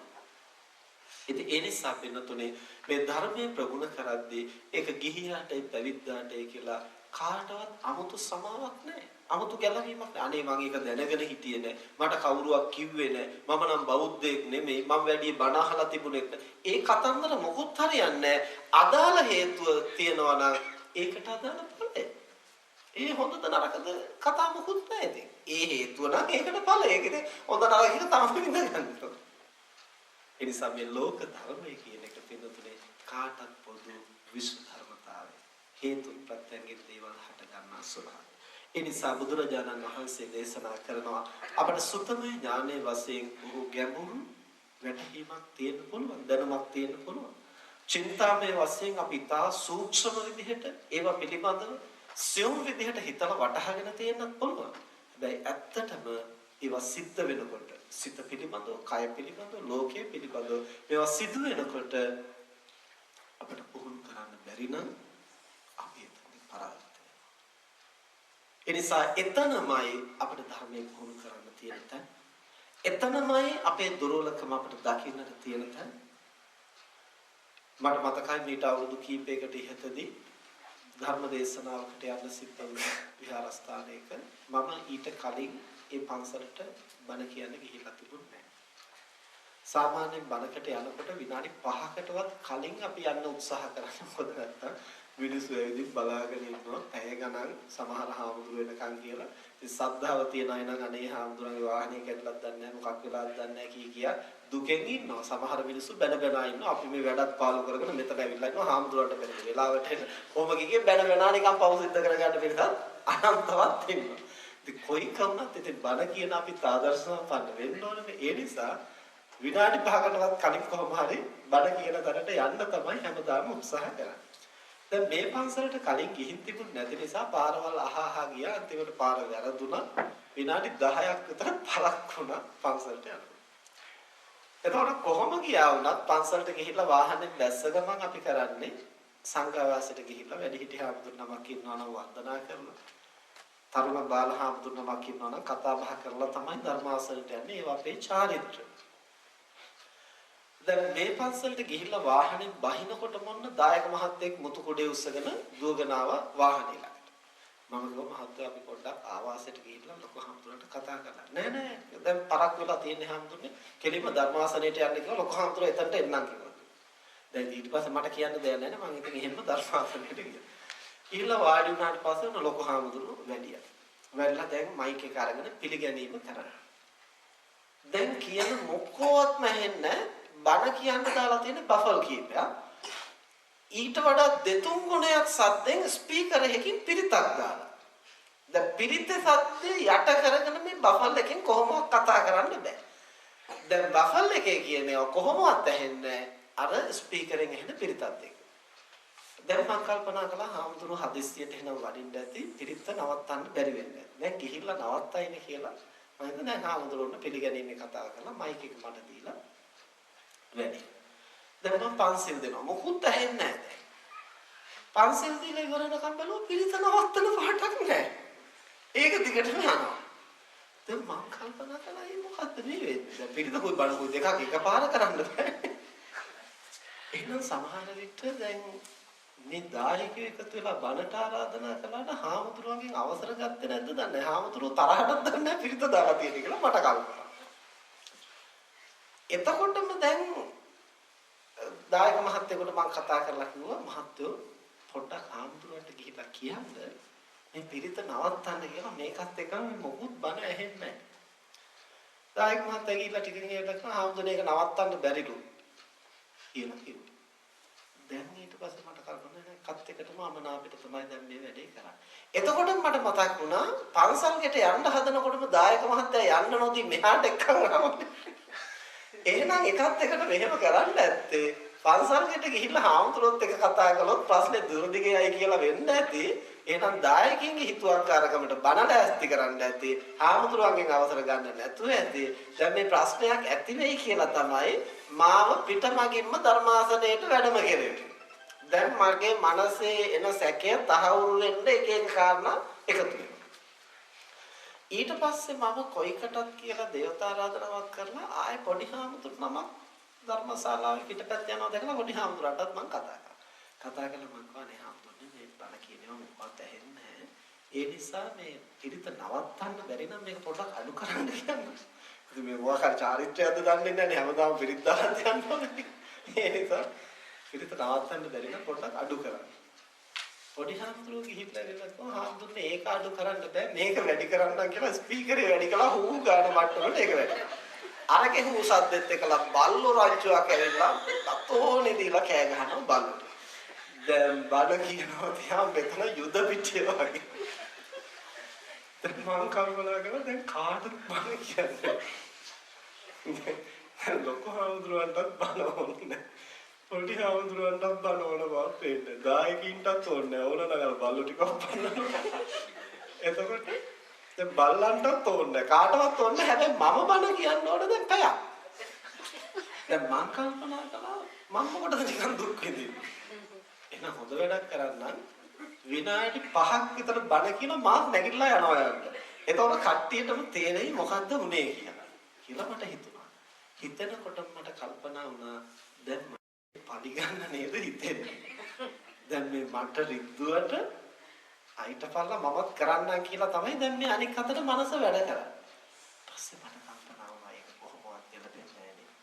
අපි ඉවසන්න ඕන ඇත්තටම මේ වගේ තැනක ඉවසන්න බැරි කාරණයක් පැමිණෙනකොට නේ ඉවසන්න ඕන. වෙන මොකේද ඉවසන්නේ? කරුණක් නැත්තම් මොකක්ද ඉවසනවා කියලා කියන්නේ. එතකොට ඉතින් නිකන් ඉන්නනේ තියෙන්නේ. ඉවසනවා කියන එකක් කරන්න තියෙන්නේ. දරා ගන්න බැරි එකක් එනකොටනේ. එහෙනම් ඉතින් ඇත්තටම ඉවසනවා කියන එක පුහුණු කරන්න ඕන මේ වගේ තැන්වලදී. මෙතනදී ඉවසන්න බැරි නම් මොකද්ද මගේ ඉවසීම?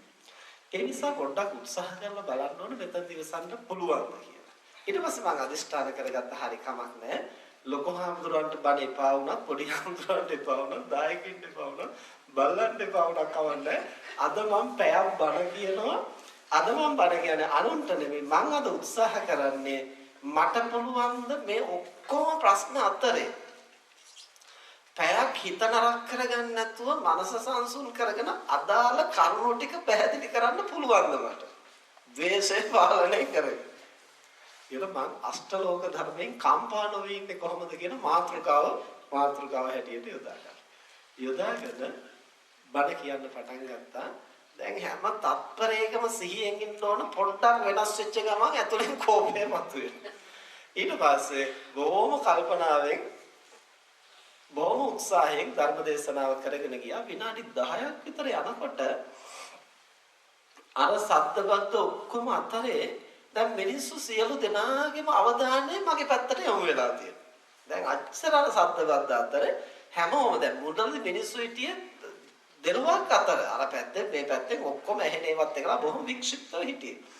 දැන් විනාඩි 10ක් විතර ඔක්කොම මනස බොහොම එකක කරගෙන මගේ පැත්තට අහුම්කම් දීගෙන ඉන්න බව පේනවා. දැන් ඉතින් මට අහුම්කම් දුන්නත් එකයි නැතත් එකයි සියලු දෙනා මෙතනින් නැගිටලා ගියත් පැයක් බණ කියලා තමයි නවත්තන්නේ කියලා හිතාගෙන තමයි මම පටන් ගත්තේ. ඔක්කොම නැගිටලා ගියත් කවන්න. දැන් මම පැය එකයි කාලක් විතර බණ කිව්වා. මට හිතෙනවා මගේ ජීවිතේ කරපු හොඳම ධර්ම දේශනාවක් කියලා ඉදා දේශනාව කරලා ඉවර වුණාට පස්සේ ලොකු හාමුදුරුවෝ ඇවිල්ලා මයික් එක අරගෙන ඉතින් අපට පුණ්‍ය අනුමෝදනා කරලා මම ධර්මාසනෙන් දැහලා උන්වහන්සේත් එක්කම සංඝාවාසී පැත්තට කතා කර කර ගියා. යනකොට උන්වහන්සේ කිව්ව කතාව මගේ ඇඟ හිරි වැටුණා. මම බැරි වෙලාවත් විනාඩි 5න් 10න් බණ නවත්තලා ගියා නම් මගේ ජීවිත කාලෙම පසුතැවෙන්න නේද මට සිද්ධ වෙන්නේ කියලා. මොකද උන්වහන්සේ කිව්වේ උන්වහන්සේ කියනවා අනේ හාමුදුරනේ මේ දායක පිරිසක් අපිට මෙතන මේ ඉඩම අරගෙන පූජා කළා. ඉතින් මේ පන්සල ඉතින් අපිට වැඩි දායක පිරිසක් නැහැ. බොහොම ටික දෙනෙක් තමයි ඉන්නේ. දැන් මේ පන්සල හදනකොට මේ තාප්පෙන් එහා පැත්තේ පරණ පන්සලක් තිබුණා. දැන් උන්වහන්සේලා අපි මෙතන පන්සල හැදුවට ටිකක් විරුද්ධයි. ඒ නිසා හැමදාම මෙතන පින්කමක් කරනකොට ඒකට විරුද්ධව එහා පැත්තේ මොකක් හරි සද්දයක් දානවා. දැන් අද බණ තියෙන නිසා තමයි ඔය හයියෙන් පිරිතක් දාලා තියෙන්නේ කියලා කිව්වේ. ඉතින් ඕක කලින් කිව්වා නම් හරිනේ මේ පන්සලේ නෙමෙයි එහා පන්සලේ පිරිත දාලා තියෙන්නේ. දැන් අර උපාසක මහත්තයාට කිව්වහම එයා කිව්වේ ඒක නවත්තන්න බැරිලු කිව්වා. පොඩි හාමුදුරුවන්ට කිව්වම මුල්නාන්දේ කිව්වා ඒක අඩු කරන්න බෑ මේක වැඩි කරන්න. දැන් කවුරුත් ඒ වෙනකම් මට කිව්වේ නැහැ. මේක මේ පන්සලේ ප්‍රශ්නයක් නෙවෙයි එහා පන්සලේ ප්‍රශ්නයක් කියන එක මට ඒ වෙනකම් කිව්වේ නැහැ. දැන් අර මගේ මනසේ මතුවෙච්ච සැක සංකම් මතුවෙන්න ප්‍රශ්න ඇති වෙන්න අදාළ දේවල්ම තමයි එකතු වෙන්නේ. හැබැයි ඒකත් එක්කලා මම හිත නරක කරගෙන නැගිටලා ගියා නම් එහෙම මට ජීවිත කාලෙම පසුතැවෙන්න වෙනවා. ඒ සිද්ධියත් එක්ක උන්වහන්සේලා ඒ තරම්ම අසරණයි. උන්වහන්සේට කරන්න දෙයක් නැහැ. ඉතින් දැන් අර හාමුදුරුවෝ පිළිබඳව අමුත්තක් අමනාපයක් ඇති වෙයි කියලා තමයි සමහරට මට ඒක කියන්නත් නැතුව ඇත්තේ. එහෙම කියන එක සුදුසු නැහැනේ. ඉතින් උන්වහන්සේලාත් ඔක්කොම යට කරගෙන ගිලගෙන හිටියා. මාත් සියල්ල ඉර කරගෙන හිටියා. අන්තිමට මට එදා කල්පනා වුණා බුදුරජාණන් වහන්සේ අපට මේ විදිහට මේ මනසේ ස්වභාවය තේරුම් කරලා නොදුන්නා නම් මේවා පාලනය කරගන්න හැටි අපිට කියා දීලා නොතිබුණා නම් මේ ධර්මයේ ඇත්තටම අපි යෙදෙන්නේ නැතිනම් ජීවිතේ මොනතරම් පසුතැවෙන්න කාරණා අපිට එළඹෙනවද කියලා මට එදා කල්පනා වුණා.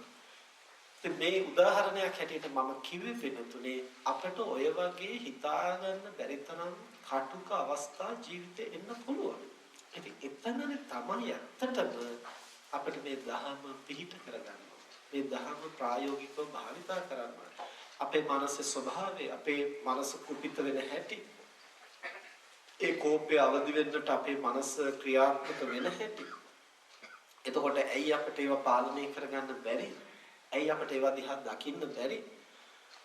මේ හැම දෙයක්ම දකිමින් අපේ සිත පුහුණු කරන්නට අවශ්‍ය වෙන්නේ ඒවා මත වෙන අවස්ථා.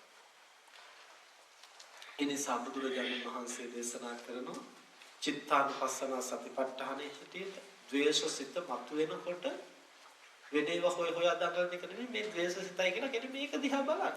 ඒක තමයි භාවනාව. ඒක තමයි සතිපට්ඨාන. ඒක තමයි විදර්ශනා. ද්වේෂ සිත ඇති වෙනකොට මෙත්තාව හොය දඟලන්න ඕනේ නැහැ. ද්වේෂ සිත ඇති වෙනකොට මෙත් වඩන්න පුළුවන් නම් ඒකත් භාවනාවක් තමයි. හැබැයි ඒකට කියන්නේ සමතයයි කියලා. ඇයි ඒකට සමතය කියන්නේ? අරමුණෙන් මගේ අරලා ගිහිල්ලා මනස සංසුන් වෙන අරමුණක මනස පවත්වාගෙන සංසුන් කරනවා. දැන් අනිකාගේ දුර්ගුණය ගැන හිතනකොටනේ අපට කෝපය මතුවෙන්නේ. ඒක අයින් කරලා අපේ මනසට සහනය ඇති වෙන යහපත් අරමුණක මනස පවත්වනවා. ඒකටත් කියන්නේ භාවනා කියලා තමයි. හැබැයි ඒකට කියනවා සමත භාවනා. එයි ඒකට සමත කියන්නේ කෙලෙස් සමනය කරනවා. අර ආපුදේශය යට කරලා වෙන හොඳ තත්ත්වකින් මනස තියෙන එතන පවත්වාගෙන යනවා. ඒතකොට ඉතින් ප්‍රශ්නේ ඉවරයි තමයි. හැබැයි විසඳිලා නැහැ. විදර්ශනාව කියලා කියන්නේ එහෙම මාරු කරන්න යන්නේ නැතුව අර එන එක දිහාම සිහියෙන් බලලා ඒකම විනිවිද ප්‍රත්‍යක්ෂ කරන්න උත්සාහ කරනවා. හැබැයි ඒක ටිකක් අමාරුයි. ඒක ටිකක් කර්කශයි. ඒකටත් යම්කිසි සංසුන් බවක් මනසේ තියෙන්න ඕනේ. ඒ නිසා අපි ටික පුහුණු කරන්න ඕනේ. බැරිම නම් ඉතින් මගේ හැරලා මනස වෙන අරමුණකට ගෙනිච්චට කමක් නැහැ.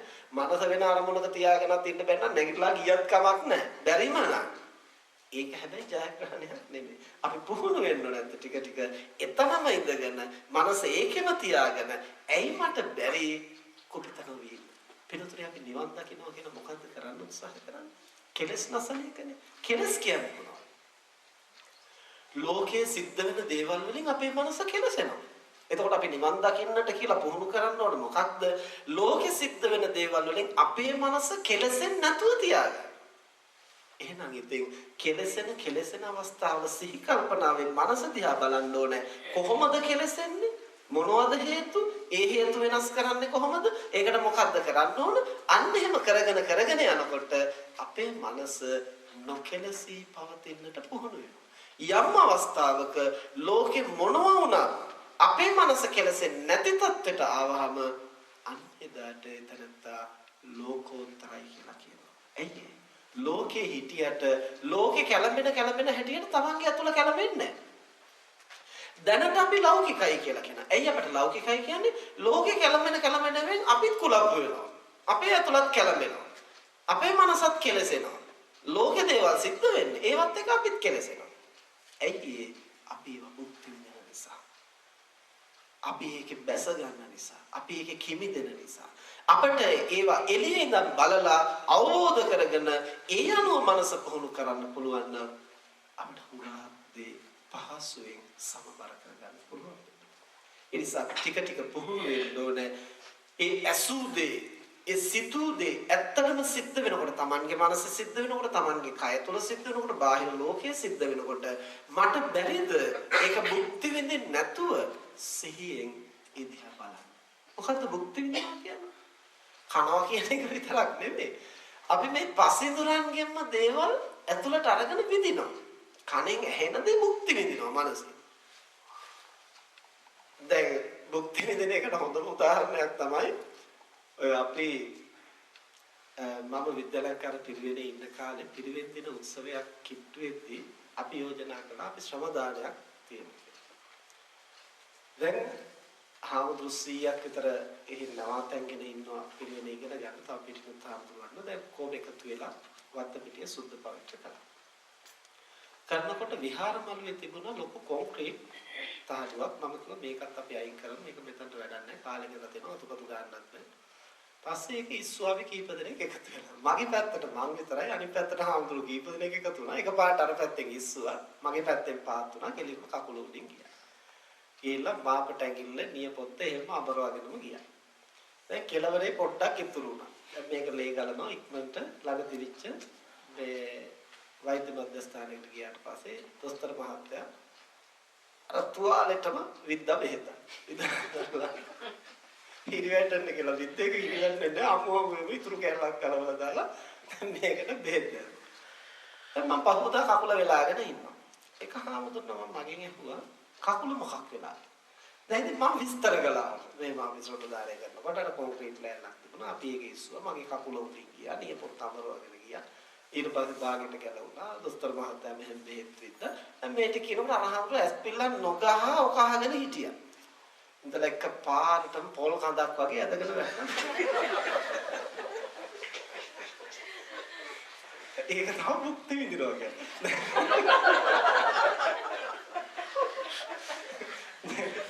දැන් තුවාලේ තියෙන්නේ මගේ කකුල. මම කෙලින් ඉන්නවා. අහගෙන හිටපු එකනා කලන්තය දිලා. එතකොට ඇයි මේ අර අහගෙන ඉන්නව විතරක් නෙවෙයි. ඒ ඉන්න ගමන් අරක විඳිනවා මනසේ. එතකොට තමන්ට රොත්තු දෙන්නත් බැහැ. දැන් ඒව හරි පුදුමයි වෙනතුනේ මනසේ සිද්ධ වෙන දේවල් දැන් අද අත්විඳපු දෙයක්. අපි මේ ප්‍රේමසාන්ත මහත්තයත් එක්කලා මම ටිකක් ඇවිදින්න ගියාද. ඊට පස්සේ අර තියෙන්නේ මොකද්ද මේ සී ලයිෆ් කියලා අර මාළු ඉන්න තැනක් තියෙන ඒකට ගියා. දැන් ඒකේ ඇතුල් වෙන තැනම අර කොන්ක්‍රීට් පාලම ළඟ අර වටේට කැරකෙනවා අර තියෙන රවුම වගේ.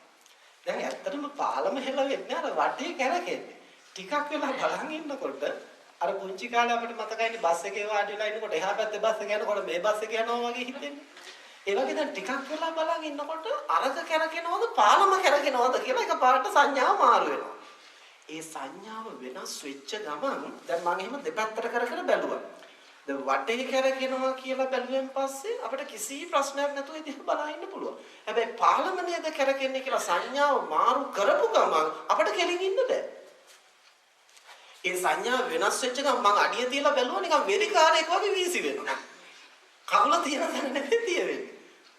දැන් පාලමේ මොනම හෙලවීමක්වත් නැහැ. අර වටේ තියෙන එකයි කැරකෙන්නේ. බිත්තිය කැරකෙන්නේ. නමුත් මේ පාලමයි කැරකෙන්නේ කියන තැනට සංඥාව මාරු කරපු ගමන් තන්නේ කරම අපේ සමබරතාවය නැතුව ඉලා අපි විශ්ව වෙලා වැටෙන්නේ. ඉතින් මම සෑහෙන වෙලාවක් එතන එහාට මෙහාට සංඥා දෙක දෙපැත්තට මාරු කර ඉඳලා බැලුවා. මම කවම ඔක්කොම ගෙනල්ලා මෙතන හිටගස්සවල මේක පෙන්වන්න තරම් වටිනවා. මේ සිද්ධ වෙන සිද්ධිය කියලා. ඒ තරම්ම මනසින් එක පොඩි සංඥාවයි වෙනස් වෙන්නේ, මුළු කයම වෙනස් වෙනවා. ඒවා හිතා ගන්න බැරි තරමට පිටුනේ මේ නාම රූප ධර්මයන් එකිනෙක බද්ධ වෙනවා. අපි සිතින් ගන්න දේ ගතට ඒ තරම්ම බලපානවා. ගතින් ගන්න දේ අපේ සිතට ඒ තරම්ම බලපානවා.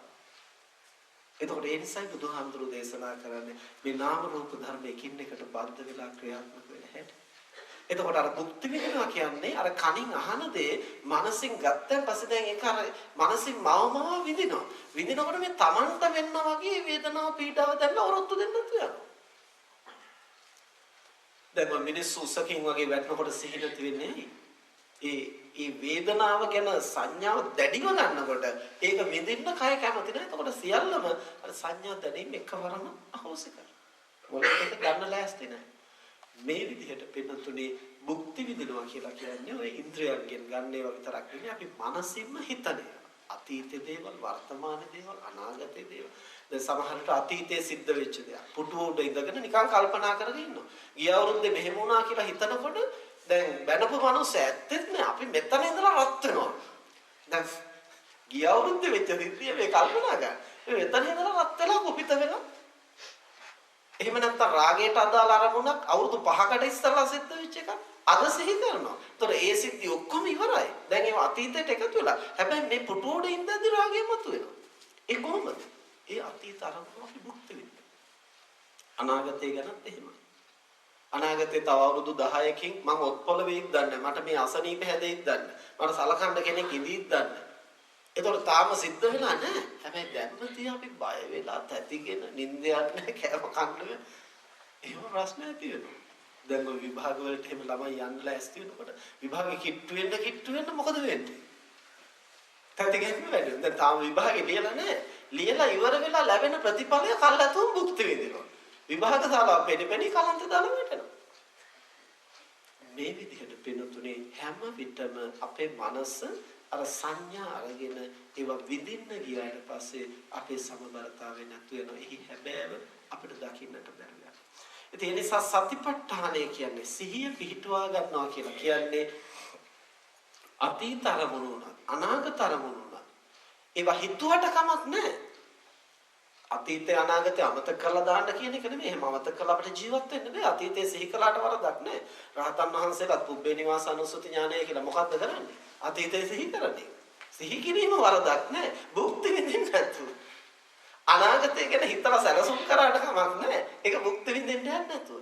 වර්තමානයේ ඕන දෙයක් පරිහරණය කළාට කමක් නැහැ. භුක්ති විඳින්න නැතුව. මේවා ටික ටික පුහුණු කරන්න ඕනේ. දෛනික ජීවිතේ කරන කියන දේවල් වලින් පුහුණු කරන්න. දැන් රූප වාහිනිය දිහා බලාගෙන ඉන්නවා. ටෙලි නාට්‍යයක්, චිත්‍රපටයක් යනවා. අපි හොඳටම දන්නවා මේක මේ මිනිස්සෙක් රචනා කරපු එකක්. ඊට පස්සේ ශිල්පීන් දාලා රංග දක්වලා ඊට පස්සේ අධ්‍යක්ෂණය කරලා මේ නොඑක් ಜಾති කරලා කැමරාවල එක විජ්ජාත් එක්කලා තමයි දැන් මේ අපි ළඟට එන්නේ. අපි කවුරුත් මේක දන්නවා. දන්නවා වුණාට ටිකක් වෙලා බලාගෙන ඉන්නකොට අර මිනිස්සුන්ට නැති අමාරුවක් අපිට ඇති වෙනවා අරක බලාගෙන ඉන්නවා. එතකොට මේ වගේ අවස්ථාවල ටික ටික උත්සාහ කරන්න ඕනේ මට බැරිද එහෙම නැතුව බලන්න. ඒ මිනිස්සුන්ට මොකක් හරි වුණා කියලා මගේ ඇස්වලට කඳුළු උනන්නේ මොකටද? එහෙම නැතුව මට මේක බලන්න බැරිද? වැරදුනාට කමක් නැහැ උත්සාහ කරලා බලන්න. ඒක වැරදුනායි කියලා දොස් කියන්න කවුරුවත් නැහැ නේද? කොහොමත් වරදින්නේ. ඒක පොඩ්ඩක් උත්සාහ කරලා බලන්න. එතකොට ඒකේ මොකක් හරි කිව්වා කියලා මම ඒකට කලබල වෙන්නේ නැතුව මම ඒකෙන් හාස්‍ය උපදවන්න නැතුව මට ඉන්න බැරිද? ඒ මිනිස්සු hina වෙන්න දෙයක් කියනකොට මට hina නොවි ඉන්න බැරිද? ඒක අහගෙන තේරුම් අරගෙන hina වෙන්න නැතුව ඉන්න බැරිද? එතකොට ඒ කියන කාරණේ දැකලා තේරුම් අරගෙන මට කඳුළු සලන්න නැතුව ඉන්න බැරිද? ඊට බුදුහාමුදුරුවෝ ගැන සිහි කරනකොට කෙනෙකුගේ ගුණයක් ගැන සිහි කරනකොට අපිට නොදැනුවත්ව කොහාට කඳුළු වෙනවා. එහෙම නොවි ඉන්න බැරිද මට? මෙහෙම එක එකව පොඩ පුහුණු කරලා බලන්න බෑ. ඒ පුහුණු කරන දේ අපිට භාවනාවේදී විශේෂයෙන් වැදගත් වෙනවා. අපි භාවනා කරන්න හිතේ අරමුණක තියාගන්න ඒ අරමුණ දිහා බලා ඉන්න කිව්වහම දහසක් දේවල් එක අපිට නොදැනීම මනස ගිහිල්ලා භුක්ති විඳිනවා. ඒවෙන් මනස ගලවගන්නේ කොහොමද? අපි කොහොමද මනස එතන තියාගන්නවද? ඒකට මනස සකස් කරගන්න ඕන ක්‍රමයක් තියෙනවා. ඒ ක්‍රමයේදී මොකක්ද කියන එක ඒක වචනෙන් කියන්න බෑ. අපි දැන් මේ කැමරාවක් අල්ලනකොට ඒකේ අර කාචේ එහාට මෙහාට කරලා අපි කියන්නේ ફોකස් කරනවා කියනවා. එහෙම කරලා බලන්නේ කොතනද හරියටම මේ ඡායාවක් පැහැදිලි වෙන්නේ කියලා. ඒ වගේ මානසික දේවල් අරමුණු කරද්දී සිහිය කියන්නේ මොකද්ද? දේවල් මුක්ති විඳින්නේ කොහොමද? ඒ මුක්ති විඳින්න නැතුව සිහියෙන් බලන් ඉන්නේ කොහොමද? හරියට අරමුණු වෙන්නත් ඕන, දැනෙන්නත් ඕන, විඳින්න නැතුව. කොහොමද මෙතනට මනස ගේන්නේ? ඒක ඉතින් පොඩ එහාට මෙහාට කර බලන්න ඕන. ඒ කාලයක් එහෙම කරනකොට තමයි ඒ හරිම ප්‍රමිතිය අපට අහුවෙන්නේ. දැන් ඔය අර තියෙන්නේ ලංකාවේ එහෙම තියෙන අර බුද්ධ රූප ගොඩාක් තියෙන එකක් තියෙනවා. ඒක දිහා බලාගෙන ඉඳලා එක බුද්ධ රූපයක් ඕකෙන් මතු කරගන්න. ඉතින් දැන් අර එහෙම බලන්න මෙහෙම බලන්න ඇහැ පුංචි කරන්න අච්චර දුරට මොනවා කිව්වත් හරියන්නේ තමන් මේක හොයා ගන්නවා. හැබැයි එක දවසක් අහුණාට පස්සේ ළඟට යනකොට අර තියෙන ඒවා නෙවෙයි අර රූපෙ මතුවලා වෙනවා. ඒ කොහොමද? ඒ ඇහැ එතනට ගන්න ඕන ක්‍රමේ Tamanට හරියට දැනුණාට පස්සේ සැනකින් මේක මතු කරගන්න පුළුවන්. මේ සිහිය උපදවනවා කියන එකත් එහෙම වෙනවා. මේ මුලදී ටිකක් වික්ෂිප්ත වෙන්න පුළුවන්, අපහසු වෙන්න පුළුවන්. නමුත් මේ දේවල් භුක්ති විඳින්න නැතුව අපි කොහොමද මේ අරමුණ දිහා බලන් ඉන්නේ? හරියටම දැනෙන හැටියට. ඒතර හොද්දටම දේවල් ප්‍රත්‍යක්ෂ වෙනවා. හැබැයි අපි විඳින්නේ නැහැ. ඉතින් මේවා ටික ටික දෛනික ජීවිතේ හුරු කරන ඔය කෑම කනකොට ආග්‍රහණයේ සුවඳ දැනෙනකොට දැන් අපි අප්‍රසන්නව මොකක් හරි දුර්ගන්ධයක් දැනෙනවා. හරි දුර්ගන්ධයක් දැනෙමින් මට බැරිද අප්‍රසන්න බව ඇති වෙන්නේ නැතුව ඉන්නේ. නිකන් ඔක්කාරයට එන්නේ නැතුව ඉන්න බැරිද? එහෙම කරන්නේ එහෙම උත්සාහ කරලා බලන්න. එතකොට හොඳ සුවඳක් එනකොට කටට කෙලවුණා නැතුව මට ඉන්න බැරිද? එහෙම උත්සාහ කරන්න. මේව එක එක දේවල් දෛනික ජීවිතේ ටික ටික පුහුණු කරන්න. කනට දේවල් ඇහෙනකොට, ඇහැට පෙනෙනකොට, ස්පර්ශ වෙනකොට, මනසට දැනෙනකොට මේ විදිහට කාලයක් දෛනික ජීවිතේ තමන්ට දැනෙන දේවල් එක්කලා මේවා පුරුදු පුහුණු කරන්න ඕනේ. එහෙම කලක් පුහුණු කරනකොට අපිට දැනෙන්න ගන්නවා ඇත්තටම ඒක කළ හැකි දෙයක්. අනික අපේ මනස කුපිත වෙන්න යමක් කියනකොට මට බැරිද එහෙම කුපිත නොවි ඉන්න. ඇත්තටම මට බැරිද එහෙම කලබල වෙන්න නැතුව ඒක අහන්න. මොකක්ද ඒක ඇති ප්‍රශ්නේ? හරි මේ මනුස්සය වැරද්දක් කිව්වද මට බැරිද පොඩ්ඩක් සංසුන් මේක අහන්න. ඒක මම පොඩ්ඩක් පුහුණු කරන්න ඕන නේද? මේ විදිහට පින්නතුනේ අපේ ජීවිතයේ අපි විසින් කළ යුතු ප්‍රධාන කර්තව්‍යයන් දෙකක් තියෙනවා. එකක් තමයි කුසල් දහම් සම්පාදනය කිරීම, අනිත් එක තමයි පැමිණෙන අරමුණට ඔරොත්තු දෙන්න මනස පුහුණු කිරීම. ඒක තමයි නිවන් දකින මඟ. පැමිණෙන අරමුණෙන් හිත කෙලෙසෙන්නේ නැතුව පවත්වා ගන්න පුහුණු වෙනවා. ඉතින් මේ தත්ත්වය සම්පූර්ණ ප්‍රගුණ වුණාන් පස්සේ කියන අෂ්ටලෝක ධර්මයෙන් කම්පා වෙන්නේ නැහැ. තාදී ගුණය. කාටත් තාදී ගුණය පිළිටන්න රහතන් වහන්සේ. සියලු කෙලෙසුන් නැසලා කියන්නේ ලෝකෙ සිද්ධ වෙන දේවල් වලින් කෙලෙසෙන්නේ නැහැ මනස. සැලෙන්නේ නැහැ. ඒ සැලෙන ගතිය සැලෙන්නේ කොහොමද කියලා හඳුනාගෙන සම්පූර්ණයෙන් ඒ தත්ත්වය අභිද්වාර. ඉතින් මේක මේ ඉදී ලැබෙන වරප්‍රසාදයක් නෙමෙයි. මෙහෙම මේ බණහා සිල් රැක දන් දීදී ඉන්නකොට එක පාට ඩොක් ගාලා ඔක ලැබෙනව නෙමෙයි. මේක පුහුණු කරන්න ඕනේ. යලි පුහුණු කරන්න ඕනේ. එහෙම පුහුණු කරලා එහි ප්‍රවීණත්වයටපත් වුනහම තමයි අපට පුළුවන් වෙන්නේ ඒ සියල්ලක්ම ලෝකයේ තුල සිදුවෙන දේ අපේ මනස සැලෙන ගතිය සපුරාම අහෝසි කරන්න.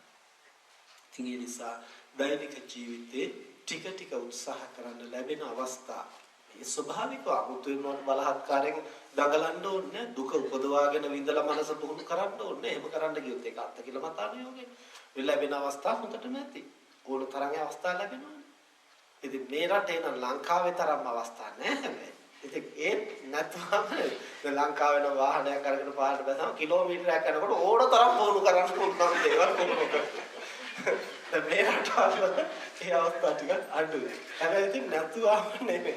ඒ නිසා ඒ ලැබෙන ටික හරි පාවිච්චි කරන්න ධර්මයේ ප්‍රගුණ කරන්න. ඔය පහුගිය දවසක දැන් මේව මනස සම්බන්ධව කියන්නේ සිතේම හටගන්න දේවල් විතරක් නෙමෙයි. අර අපි මුලින් කිව්වා වගේ ලෙඩවීම, මරණය, ප්‍රිය විප්‍රයෝගයේ බලාපොරොත්තු කඩවීම හැම අවස්ථාවකම. දැන් පහුගිය දවසක අපේ අම්මා හොඳටම ලෙඩ වෙලා ස්පිරිතාලේ හිටියා. ඉතින් ඒ වෙලේ මම ගිහිල්ලා අම්මට කිව්වේ අම්මේ දැන් පන්සලේදී හැමදාම ඇහුවා ලෙඩවීම දුකයි කියලා. ඉතින් දැන් උත්සාහ කරලා ලෙඩවීම දුකද නැද්ද කියලා දකින්න. ඉතින් මේක තමයි තියෙන අවස්ථාව. දකින්න ආයෙ වෙන අවස්ථාවක් නෑ. ඒ තියෙන අවස්ථාවෙන් ඒ ජීවිතයේ සිද්ධ වෙන දෙයින්ම ධම දකින්න. දහම තුලින් මේ සිද්ධිය දිහා බලන්න. එතකොට තමයි ජීවිතෙන් දහම දකින්න පුළුවන්. දහමෙන් ජීවිතේ දිහා බලන්න. එතකොට මේ දෙකම එකක් අපිට. මේ දෙකක් නෙමෙයි. දැනට අපිට හුඟක් වෙලාවට අපි කොච්චර හිතුවත් තාමත් අපිට දෙකක් වගේ තමයි දැනෙන්නේ. දහම වෙන එක, ජීවිතේ වෙන එක. ජීවිතය කියන්නේ මහා කටුක ප්‍රශ්න කොට දහම කියන්නේ හොඳ සුපිරිම තත්ත්වයක් කියලා තමයි අපේ මනසට දැනෙන්නේ. එහෙම නෙවෙයි පිටුතුනේ මේ ජීවිතය කියන්නේ දහමමයි. දහම කියන්නේ මේ ජීවිතේම තමයි. ඒ නිසා මේවා එක තැනම දකින්නට අපි වෑයම් කරන්න ඕනේ. එතකොට අපිට හුඟක් දේ හඳුනා ගන්න පුළුවන්. මීට අවුරුදු 5කට ඉස්සෙල්ලා අපේ තාත්තා මිය ගියා පිළිකා රෝගයක් හැදිලා. අපේ තාත්තගේ ස්වභාවය තමයි හරිම සංවේදී චරිතයක්. හිසේ කැක්කුමක්වත් දරා ගන්න සූදානම් නැහැ. හැම දෙයක්ම මට ඕන හැටියට වෙන්න ඕන කියලා තමයි තාත්තා හිතන්නේ. ඒ නිසා අප්‍රමාණව දුක් විඳිනවා. ඒ කියන්නේ සංවේදී මනසක් තියෙන අයගේ ස්වභාවය. හැම දෙයක්ම මට ඕන හැටියට හොඳට ක්‍රමානුකූලව වෙන්න ඕන කියලා හිතනවා. ඉතින් එහෙම වෙන්නේ නැහැ ලෝකේ දේවල් මොනවද අපට ඕන හැටියට සිද්ධ වෙන්නේ. ලෝකේ කියන්නේ අනාත්මයි. අනාත්මයි කියන්නේ මම කැමති හැටියට මොකුත් වෙන්නේ නැහැ. එහෙනම් කාට ඕන හැටියටද වෙන්නේ? අදාළ හේතු ප්‍රත්‍ය වලට. දැන් සමහර දේවල් අපි කැමති විදිහට සිද්ධ වෙන්නේ නැද්ද එතකොට ජීවිතේ? සිද්ධ වෙනවා. ඒ කොහොමද කැමති හැටියට සිද්ධ වෙන්නේ? අපි කැමති වෙච්ච නිසා නෙවෙයි අදාළ හේතු සම්පාදනය කරන නිසා. නැත්තම් කැමති වෙවි හිටියයි කියලා විතරක් ඒක ලැබෙන්නේ නැහැ. විභාගයෙන් මම සමත් වෙන්න කැමති. කැමති වුණාට සමත් වෙන්නේ නැහැ. අදාළ උත්තරේ ලිව්වොත් විතරයි ලකුණු ලැබෙන්නේ. ඒ හේතුව සම්පාදනය වුණා නම් ඵලය ලැබෙනවා නිසා මම කැමති වෙච්ච මමන්ට මොකවා සිද්ධ වෙන්නේ නැහැ. ඉතින් කැමති වෙච්චත් වෙන්න පුළුවන් අදාළ හේතු සම්පාදනය වුණා නම්. ඒ නිසා ඒක කැමැත්ත අකමැත්ත පිළිබඳව ප්‍රශ්නයක් නෙමෙයි අදාළ හේතුප්‍රත්‍ය පිළිබඳව කාරණා.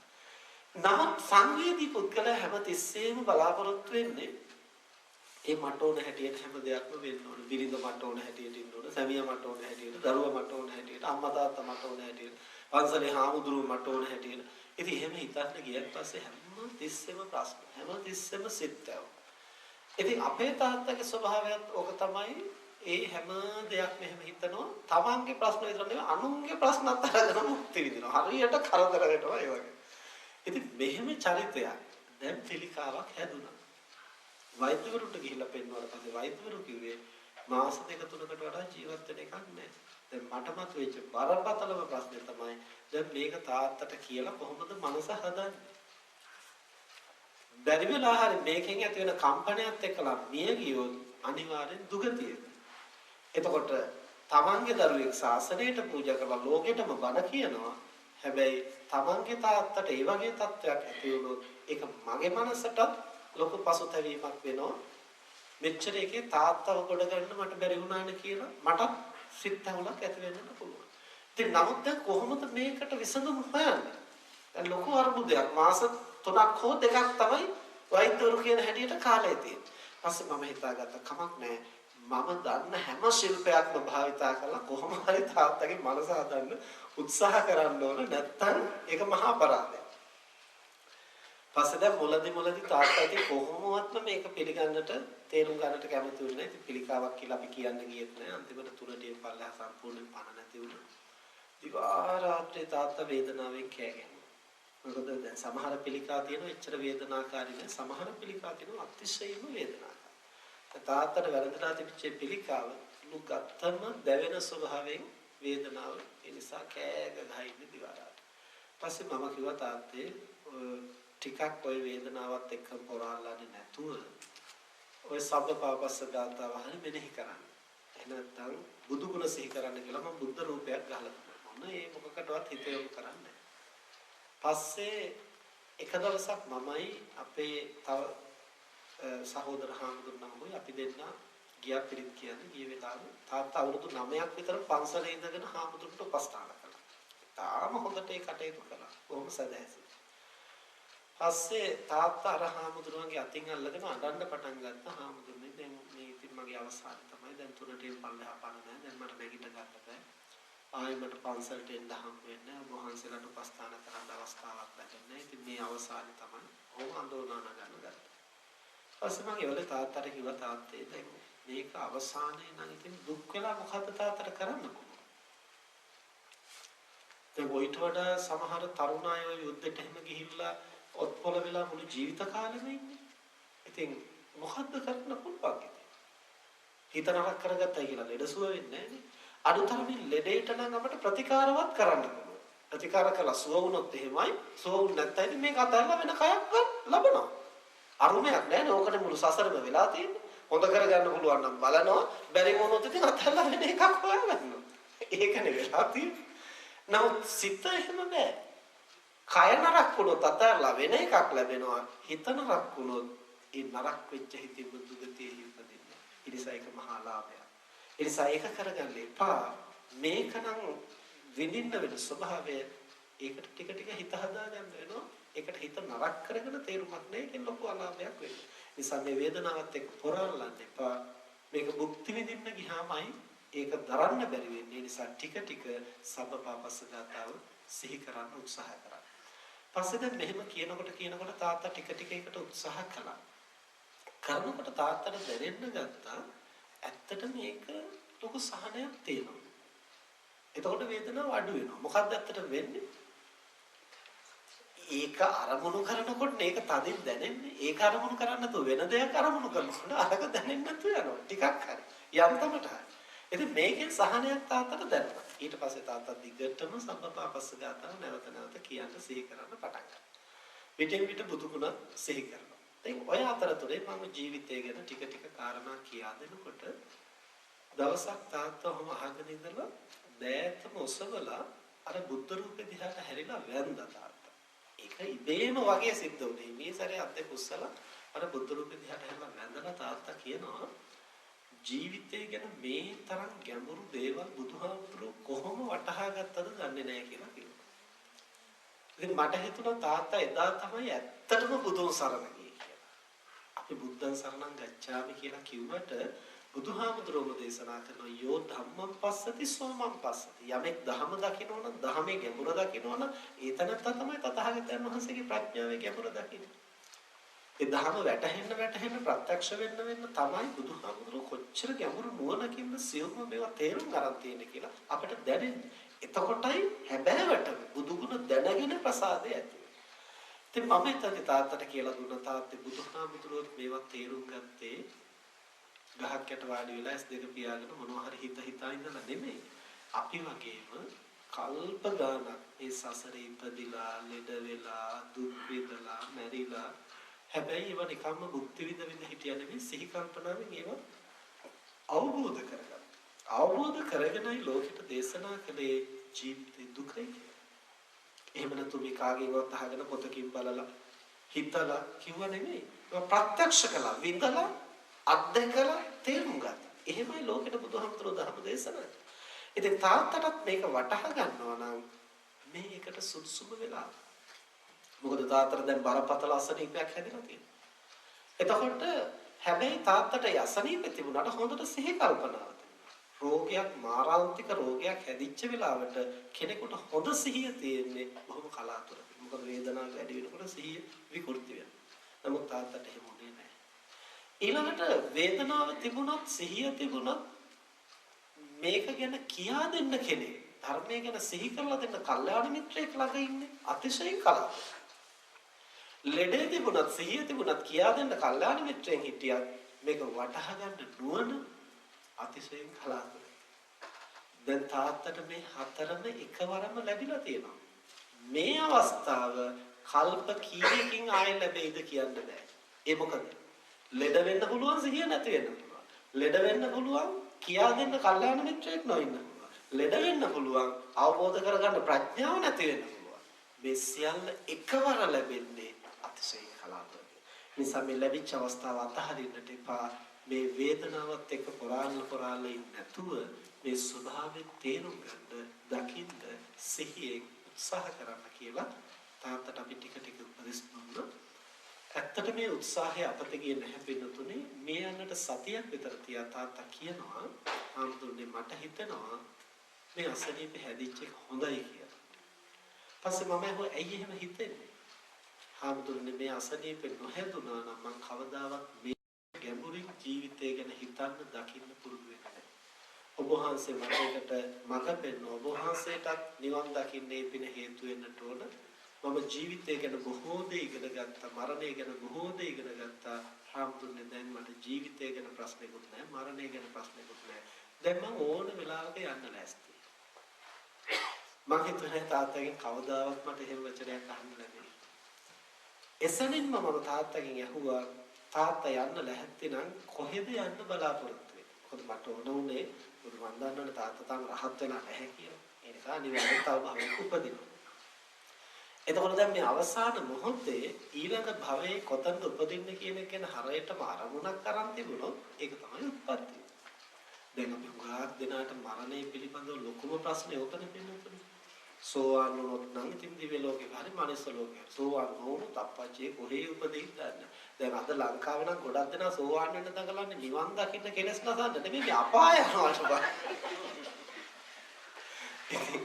ඒක මහා බරපතල ප්‍රශ්නයක් කරගන්න ඕනේ. සෝවාන් වෙන්න පුළුවන් නම් හොඳයි. හැබැයි සෝවාන් වෙන්න බැරි වුණත් අපට ඕන නම් අපාගත නොවි සුගතියක උපදින්න පුළුවන්.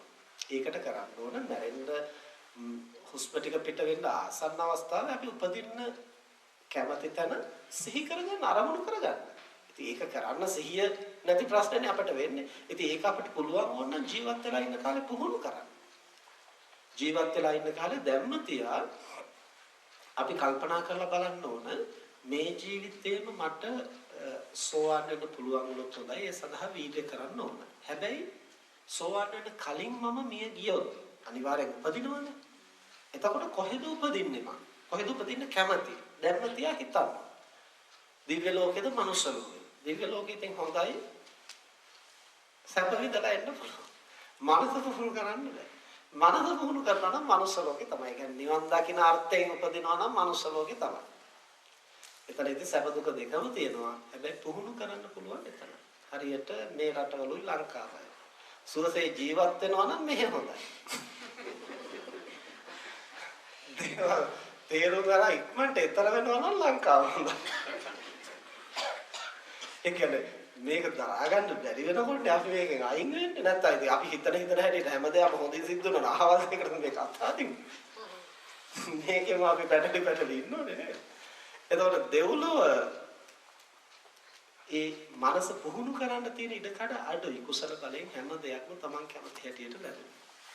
මනුස්ස ලෝකේ මේ සැප දුක සියල්ල මිශ්‍රව ඒ වගේම පොඩි දෙයක් ලබා ගන්න සෑහෙන කාලයක් දුක් විඳින්න ඕන. ඒවත් එක්කලා මේ සංස්කාර දුක්ඛය කියන එක ප්‍රත්‍යක්ෂ කරන්න පුළුවන් හොඳම තැන. ඉතින් ඒක තමයි කැමති එකක්. දෙව්ලොව උපදිනවද මනුලොව උපදිනවද කියලා Taman තීරණය කරගෙන මනුෂ්‍ය ලෝකෙ උපදිනවා නම් අඩුම තරමින් සත්පුරුෂ මෞපිය ඇතුව, කල්යාණ මිත්‍රය ඇතුව, නිරෝගී කයක් ඇතුව, දහමට නැමෙන මනසක් ඇතුව උපදින්න අදිෂ්ඨාන කරගන්න. මොකද අම්මා තාත්තා අසත්පුරුෂයෝ දරුවෝ යහමග යන්නේ නැහැ. ඒ නිසා සත්පුරුෂ මෞපිය ලබන්න. අම්මා තාත්තා කොච්චර සත්පුරුෂුණත් පාප මිත්‍ර ඇසුරකට වැටුනොත් විනාශ වෙනවා. ඒ නිසා කල්යාණ මිත්‍ර ඇසුරට ලබන්න. උපතින්ම අංග විකල වුණොත් මන්ද බුද්ධික වුණොත් ඒ මනුලෝ ඉපදීම තේරුමක් නැහැ. ඒ නිසා උපත්යෙන් නිරෝගී කයක් ලබන්න. ඒ වගේම ඔය සියල්ල සපිරිච්ච මිනිස්සුත් ඉන්නවනේ කිසිම දහම ගැන සංඥාවක් නැතුව. ඒ නිසා දහමට මනස නැවෙන්නත් ඕන. තර සත්පුරුෂ මෞපියෝ කල්යාණ මිත්‍රයෝ නිරෝගී කයක් සහ දහමට නැවෙන මනසක් කියන ඔය කරුණු ටිකවත් තියනවා නම් මනුලෝ ඉපදිලා අපිට ගුණධම් වඩන්න පුළුවන් මනස පුහුණු කරන්න පුළුවන්. ඉතින් මේ බඳු තැනකපත් වෙන්න අපි අදිෂ්ඨාන කරගත්තාම දෙව්ලොව නම් ධර්මචාරී දේවාත්ම භාවයක් ලබන්න ධර්මයේ අසුරු කරන්න පුළුවන් තැන. මනුලොව නම් ওই වගේ සුදුසුකම් තියෙන තැන. දැන් මේ ටික නිකම්ම ප්‍රාර්ථනා කරාට ලැබෙන්නේ නැහැනේ. මේ ටික ලබන්න නම් හොඳ කුසලයක් සිහි කරගන්න. දැන් තමන්ගේ ජීවිතේ මොකද්ද තමන්ට සිහි කරන්න පුළුවන් සතුටින්ම සිහි කරන්න පුළුවන් හොඳට නුවණින් කරපු කුසලයක් මොකද්ද තියෙන්නේ කියලා හොඳට කල්පනා කරලා බලන්න. දැන් මෙහෙම කියනකොට මතක් වෙයි අපි කටන පිංකම් කරලා තිනවා අපි අර මෙහෙම කියලා ලොකු ලොකුව මතක් වෙයි. ලොකු උනාට සිහි කරන්න යන්න එපා. ඒකත් පොඩි පොඩි පටලැවිච්ච දන් තියනවා නම් කටන පිංකම සිහි කරන්න යනකොට ආවලා මෙහෙම කළානේ පෙරහැරේදී මෙහෙම කළානේ මගේ පිංකමට ආවේ නැහනේ. ඕමෙව මතක් වෙනවා නම් ඒක පටලවා ගන්න එපා. මොකද අන්තිම මොහොතේදී වැටුට ඉන්න අවස්ථාවේ හොඳ එක නෙවෙයි නරක එකයි මුලින්ම මතක්. ඒ නිසා පටලැවිලි නැති හොඳට සතුටින්ම කරපු නුවණින් කරපු පොඩි පිංකමක් වුණා කමන්නේ. මල් ටිකක් පූජා කරපු එකක් වුණත් කමන්නේ. සතුටින් සිහි කරන්න පුළුවන් එකක් වෙන්න ඕන නුවණින් කරපු පින්කමක් වෙන්න ඕන. ඉතින් එහෙම පින්කම් හරි අමාරුයි. දැන් මමත් පහුගිය කාලෙම සෑහෙන්න කල්පනා කළා එක එක જાති මතක් වෙන මොනවා හරි කොනක අඩුවක් තියෙනවා. ඒ එකක් වෙන් කරලා සිහි කරගන්න හරි දුෂ්කරයි.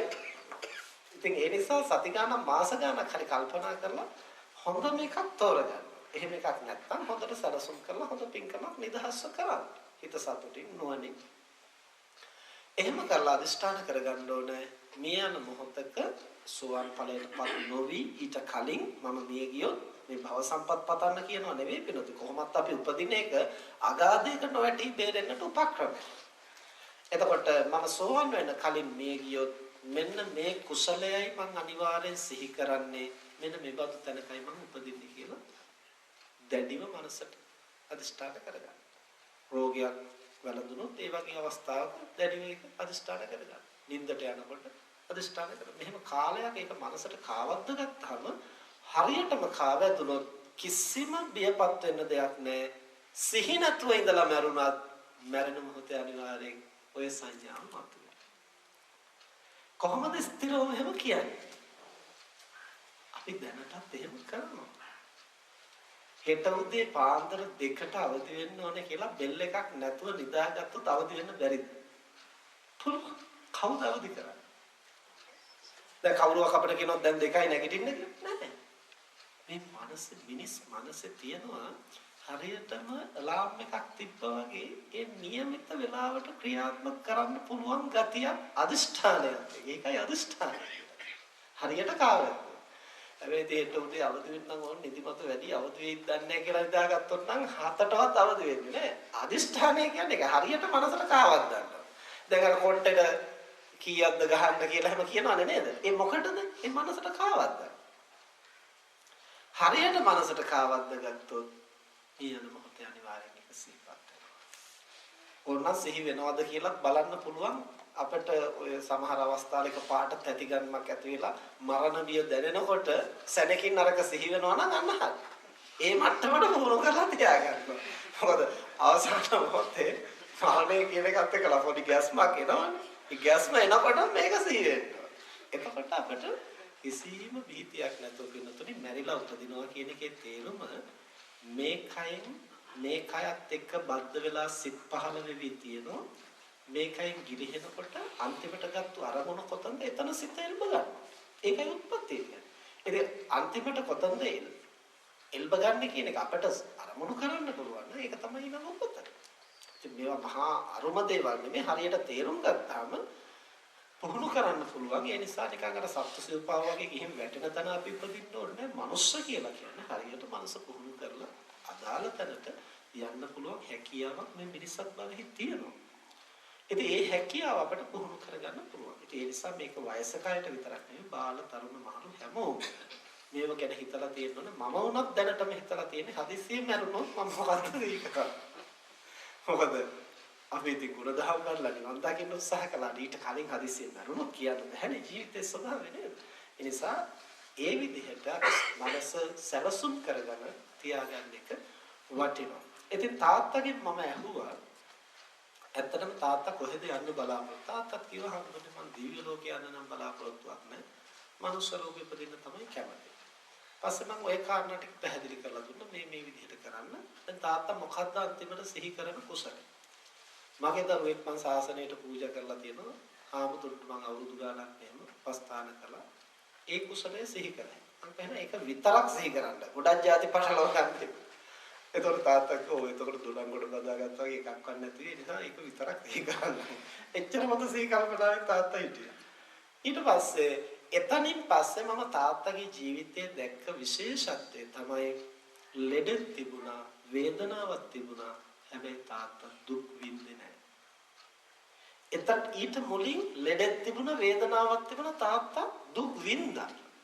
මෙතනින් පස්සේ ලෙඩ තිබුණා, වේදනාවක් තිබුණා, තාත්තා දුක් විඳින්නේ නැහැ. තාත්තා දුක දකිමින් සැහැල්ලුවෙන් කුසල් සිහි කරගෙන අවසාන මොහොතේ බුද්ධ රූපේ දිහා බලාගෙන අම්මා සබ්බපාපස්ස ගාතාව කියනකොට ඒකට අහුම්කම් දීගෙන හුස්ම ටික පිට වුණාද නැද්දවත් හොයන්න බැරි තරම් සැහැල්ලුවෙන් තමයි අවසාන හුස්ම. ඉතින් මම උදාහරණයක් හැටියට කිව්වේ අපට උත්සාහ කළොත් මනස පුහුණු කරන්න පුළුවන්. බැරි කමක් නැහැ. අර තරම් සංවේදී වික්ෂිප්ත මනසක් ඇති තාත්තා ඔය මාස 2-3 ඇතුළත තමයි ඒ මට්ටමට ටික ටික මනස සකස් කරගන්නේ. ඉතින් අපි මේ සිහි බුද්ධියෙන් ඉන්න කාලය තුල අපිට ඕන නම් වෑයම් කළොත් අපිට බැරි කමක් නැහැ. ඒ නිසා බුදුරජාණන් වහන්සේ දේශනා කරනවා සුත්තමේ ඥානය. අපි බොහෝ දේවල් අහලා දැනගන්නවා. චින්තාමය ඥානය අපි බොහෝ දේවල් හිතලා කල්පනා කරලා තේරුම් ගන්නවා. හැබැයි අපේ ඥානයේ පූර්ණත්වයටපත් වෙන්නේ ඒ අසුදේ සිතුදේ සැබවින්ම ක්‍රියාත්මක වෙනකොට. මනසින් කයින් ලෝකේ ඒ ධර්මතාවයන් ක්‍රියාත්මක වෙනකොට අපිට පුළුවන් ද ඒ අහපු හිතපු දේ හරියටම සිහියෙන් දකින්නට. හැඟීම් වලට වහල් වෙලා ඒක භුක්ති විඳින්න නැතුව ඒකේ ගිල්ලා කිමිදිලා අනාථ වෙන්නේ නැතිව අපිට පුළුවන් ද සිහි බුද්ධියෙන් ඒ සිදුවෙන දේ දකිමින් මනස පුහුණු කරන්න. එහෙම පුළුවන් නම් ඒ තුලින් ඇතිවෙන ඥානය භාවනාවේ ඥානයයි. ඒක වාඩි වෙලා විතරක් නෙමෙයි ඕන ක්‍රමයකට පුරුදු පුහුණු කරන්න පුළුවන්. ඒ පුහුණුව තුලින් තමයි මේ ලෝක ධර්මතාවය පිළිබඳව අපිට ටික ටික ප්‍රත්‍යක්ෂ වෙන්නේ. ඒ ප්‍රත්‍යක්ෂ භාවය ඇති වෙන්න ලෝකයේ දේවල් සමග මනස කැළඹෙන ගතිය, මනස කෙලසෙන ගතිය ටික ටික අඩු වෙනවයි කියලා අපිට දැනෙන්න ගන්නවා. වෙනදා කැළඹිච්ච තරම් මනස කැළඹෙන්නේ නැතුව අපිට සංසුන්ව පවත්වන්න පුළුවන් වෙනවා. මේ අත්දැකීම ලැබෙන්න තමයි අපිට සතුටක් ඇති වෙනවා. ආත්ම විශ්වාසයක් ඇති වෙනවා. ඒ සතුට ආත්ම විශ්වාසයත් එක්කලා තමයි අපේ මනස මේ දහම් මඟ තුල ටිකෙන් ටික වර්ධනය වෙන්නේ. ඒ නිසා මේ අසු දහම් කරුණු සිහිය පවත්වාගෙන දෛනික ජීවිතේ ලැබෙන හැම අවස්ථාවකම අපතේ හරින්න නැතුව හැඟීම් වලටම වහල් වෙන්නේ නැතිව ටිකක් සිහිය අවදි කරගෙන ඒ ධර්මතාවයන් දකිමින් ප්‍රත්‍යක්ෂ කරන්නට මේ අසුද්ධහම් කරුණුත් හැම දිනාටම මහෝපකාරී වේවා කියලා අපි ආශිර්වාද කරනවා. මෙසේ ජීවිතය තුළින් ධර්ම දකිමින් ධර්ම තුළින් ජීවිතේ ප්‍රත්‍යවේක්ෂා කරමින් ධර්ම ජීවිතය අවබෝධ කරමින් මේ සසර දුකින් ඈතර වී උතුම් නිර්වාණ ධර්මයේ සාක්ෂාත් කරන්නට හැම දිනාටම ශක්තිය ලැබේවා. ආකාසට්ඨා චුම්මට්ඨා දේවානාගා මහිද්దికා පුඤ්ඤන්තං අනුමෝදිත්වා චිරං රක්ඛන්තු ශාසනං ආකාසට්ඨා චුම්මට්ඨා දේවානාගා මහිද්దికා පුඤ්ඤන්තං අනුමෝදිත්වා චිරං රක්ඛන්තු දේශනං ආකාසට්ඨා චුම්මට්ඨා දේවානාගා මහිද්దికා පුඤ්ඤන්තං අනුමෝදිත්වා චිරං රක්ඛන්තු සදා. පිටුතුන්ට කාල වේලාව තියෙන හැටියට මොනවද දහම් ගැටලු තියෙනවා නම් සාකච්ඡා කරන්න පුළුවන්.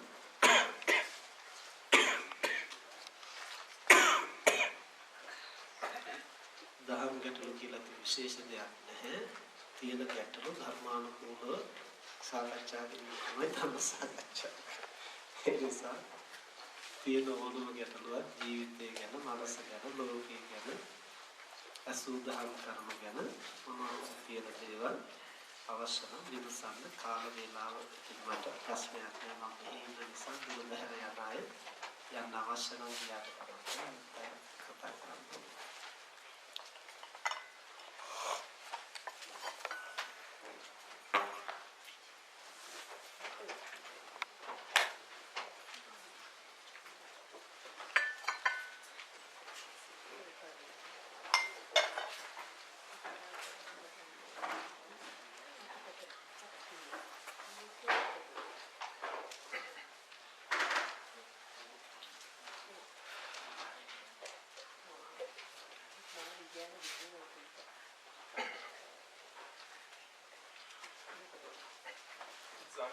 සරල ප්‍රශ්නයක්. දස පුණ්‍ය ක්‍රියා බොහොම කෙටියෙන් පැහැදිලි කරන්න. දස පුණ්‍ය ක්‍රියා කෙටියෙන් පැහැදිලි කරන්න. දාන සීල භාවනා පරිපරිපාලන යාවච්ච අපචායන ධම්මදේශන ධම්ම ශ්‍රවණ විත්තුචකම් කෙටි පැහැදිලි කරන්න කිව්වේ ආන්දරනේ මුල ටික තේරෙනවා දාන සීල භාවනා ඉතින් ආදිශීල භාවනා පත්ති දාන කියලා කියන්නේ පින් දීම. පින් දෙනවා කියලා කියන්නේ අපි මේ සිදු කරගත් පින ඥාතීන් හරි දෙවියන් හරි කවුරු හරි අනුමෝදන් වෙන්න කියලා කරන ප්‍රාර්ථනාව තමයි පින් දෙනවා. ඒ කරන ආරාධනාව. ඒකත් පින්කම. ඒක සද්ධාවෙන් අපි කරන්නේ කරුණා මෛත්‍රියෙන් කරන්නේ. ඒ නිසා ඒ අනුන්ට පින අනුමෝදන් වෙන්න කියලා ඇරයුම් කිරීම එක තමයි පින් දීම. පත්තානුමෝදනා කියලා කියන්නේ එසේ ඇරයුම් කළාම අපි සතුටින් අනුමෝදන්. ඇරයුම් කළත් නැතත් පින් අනුමෝදන් වීම කරන්න බැරි කමක් නැහැ. දැන් අපි හිතමු තව කෙනෙක් දානයක් දෙනවා අපට ආරාධනා කරලා නැහැ. හැබැයි අපි ඒක දැකලා සතුට වෙනවා. ඒක තමයි පින් අනුමෝදන්. අනුමෝදන් වෙනවා කියන්නේ මෝදති කියලා කියන්නේ සතුට වෙනවා. අනුමෝදති කියන්නේ අනුව සතුට වෙනවා. තව කෙනෙක් කරන හොඳ වැඩක් අනුව සතුට වෙනවා කියන පින් අනුමෝදන්. පවුත් අනුමෝදන් වෙනකොට තව කෙනෙක් කරන අපරාධයකට අපි සතුට වෙනවනේ. ඒක පව් අනුමෝදන්. ඒකට එහෙම වචනයක් අපිට හුරු නැහැ. හැබැයි ක්‍රියාව අපිට පුරුදු වෙනවා. පින් අනුමෝදන් වෙනකොට අනිත් අය කරන පව්කම් වලට සතුට වෙලා ඒවට එකතු වෙලා මනසින් අනුමෝදන්. ඉතින් පින් අනුමෝදන් වීම අපිට සුඛ විපාක යහපත් විපාක දෙනවා. පව් අනුමෝදන් වුණොත් අපි පාපේ නොකළ වුණාට අනේකා කරපු පාපය ගැන අපි සතුටු වුණොත් ඒකෙන් අපිට දුක්ඛ විපාක ඇති වෙනවා. සපත්තානුමෝදනා කියලා කියන්නේ පින් අනුමෝදනය. ඒක ඉතින් ඇරයුමක් මත කෙරෙන්නත් පුළුවන් ඇරයුමක් නැතත් කරන හොඳ වැඩක් අහලා දැකලා අහන්න හරි දකින්න හරි කියන අවස්ථාවක් තියෙනවා. නැත්නම් අපි දන්නේ නැහැ පින්කමක් කරනවා. දුනියගේ ඥාතියින්ට උනත් පින් අනුමෝදන් වෙන්න පුළුවන් වෙන්නේ අහන්න හරි දකින්න හරි අවස්ථාවක් තියෙනවා. එක්ක ඉන්න තැන ඉඳලා එක්ක මෙතනට ඇවිල්ලා ඒ කොහොමද? එතකොට ඒක තමයි පින් අනුමෝදන් වෙනවා. ඒ පත්තිදාන පත්තානුමෝදන. වෙය්‍යවච්ච කියලා කියන්නේ වතාවත් කිරීම. වැඩි හිටියන්ට සිල්වතුන්ට ගුණවතුන්ට වත් පිළිවෙත් කිරීම. වත් පිළිවෙත් කරනවා කියලා කියන්නේ නාවන, කවන, පොවන, අඳුම් පරදුම් සෝදලා දෙන ඒ අවශ්‍ය උපකාර කරන්නේ. වෙය්‍යවච්ච. අපචායන කියලා කියන්නේ ගරු කිරීම. එතකොට ඒ කියන්නේ ඒගොල්ලන්ට අපි 아무තු උපස්ථානයක් කරන්න යන්නේ. හැබැයි ගෞරව කරනවා. ගෞරව කරනවා කියලා කියන්නේ දැන් භික්ෂුන් වහන්සේ නමක් වඩනකොට ඉක්මනට නැගිටිනවා. එතකොට අපි විහාරයකට බුදුමැදුරකට ඇතුල් වෙනකොට පාවහන් ගලවනවා, හිස්සසුන් ගලවනවා. ඒ ගරු කරනවා. ඒක තමයි අපචායන. ඒ අවච අපචායන. ධර්ම දේශනා. ධර්ම දේශනා කියන්නේ මෙලොව පරලොව යහපත පිණිස හේතු වෙන කරුණු යහපත් සිතින් අන් අයට පැහැදිලි කරලා දෙනවා. එතකොට ඒ පැහැදිලි කරලා දෙන හැම එකක්ම ධර්ම දේශනා කියලා අපි ගන්නෙ නෑ. ධර්මය කියනවා නම් මොනවද ධර්මය කියන්නේ? මූලික කාරණා තුනක් තමයි ධර්ම කියලා කියන්නේ. පටිච්චසමුප්පාද, ත්‍රිලක්ෂණ, චතුරාර්ය සත්‍ය. ඒ පැහැදිලි කරලා දෙන කාරණේ පටිච්චසමුප්පාදය කියලා කියන්නේ හේතු සහ ඵල. ඒක මෙහෙමයි සිද්ධ වෙන්නේ කියලා හේතුඵල වශයෙන් දක්වනවා නම් එතන පටිච්චසමුප්පාද. ත්‍රිලක්ෂණ කියන්නේ අනිත්‍ය වශයෙන්, දුක් වශයෙන්, අනාත්ම වශයෙන් මතු කරලා පෙන්නනවා. ඒකයි. චතුරාර්ය සත්‍ය කියලා කියන්නේ මේකයි ගැටලුව, මේකයි හේතුව, මෙහෙමයි ඒක වෙනස් කරන්නේ, මේකයි ඒකට මම. මේ ටික පැහැදිලි කරලා මේ කරුණු මතු කරනවා. ඒ ඕනම කාරණයක් සම්බන්ධව මේ ටික මතු කරලා දක්වන කතාවට කියන දහම් කතාවක්. ඒ වගේ දේශනා ධර්ම දේශනා. ඒක සත්භාවයෙන් කරනවා ඒක කුසලයි. ධර්ම ශ්‍රවණ කියලා කියන්නේ ඉබඳු දේශනාවන් ශ්‍රවණය කරනවා. දිට්ඨි කර්ම කියලා කියන්නේ සම්‍යක් දෘෂ්ටිය තහවුරු කරන කිරීම. සම්‍යක් දෘෂ්ටිය තහවුරු කරන්නේ බණ ඇසීම, බණ පොත් කියවීම, ධර්ම සාකච්ඡා,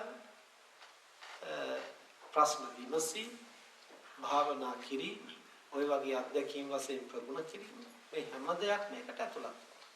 සම්‍යක් දෘෂ්ටිය හිජු කරනවා. ඒ කියන්නේ තමන්ගේ දැක්ම වඩා තීව්‍ර කරනවා.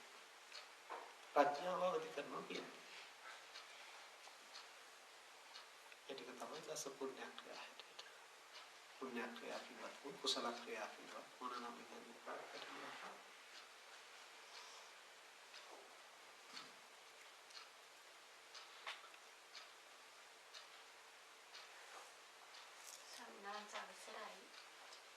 ස්වාමීන් වහන්සේ සාමාන්‍යයෙන් සිහිය නැතිව ඉන්න කෙනෙක් මැරෙන මොහොතේ අන්තිමට ඇත්තටම සිහිය ඒ අවසානයේට Tamanට මොකක් හරි මතක් කරගන්න තරම් සිහිය නැහැ කියන එකේ තේරුම සිත ඇති වෙන්නේ කියන එක නෙමෙයි. ඉන්ද්‍රියන්ගෙන් අරමුණු ගන්නෙ නැහැ. ඒ කියන්නේ මොළයෙන් තමයි මේ කය පාලනය කරන්නේ. සිත කියන එක අරමුණු හඳුනගන්නේ ඒ මොළය හරහා මේ ඉන්ද්‍රියන්ගෙන් අරන් දුන්නොත් තමයි, එහෙම නැත්නම් මොළය සහ ඉන්ද්‍රියන් හරහා සිත සම්බන්ධ වුණොත් තමයි ඉන්ද්‍රිය හරහා අරමුණු ගන්න සිතට පුළුවන්. එතකොට මොළයෙන් ඒ වැඩපිළිවෙල නවත්වුවාට පස්සේ මේ බාහිර ඉන්ද්‍රියන්ගෙන් ලෝකේ අරමුණු ගන්න සිතට ක්‍රියාත්මක වෙන්නේ. ඊට පස්සේ සිත අරමුණු ගන්න කොහෙන්ද?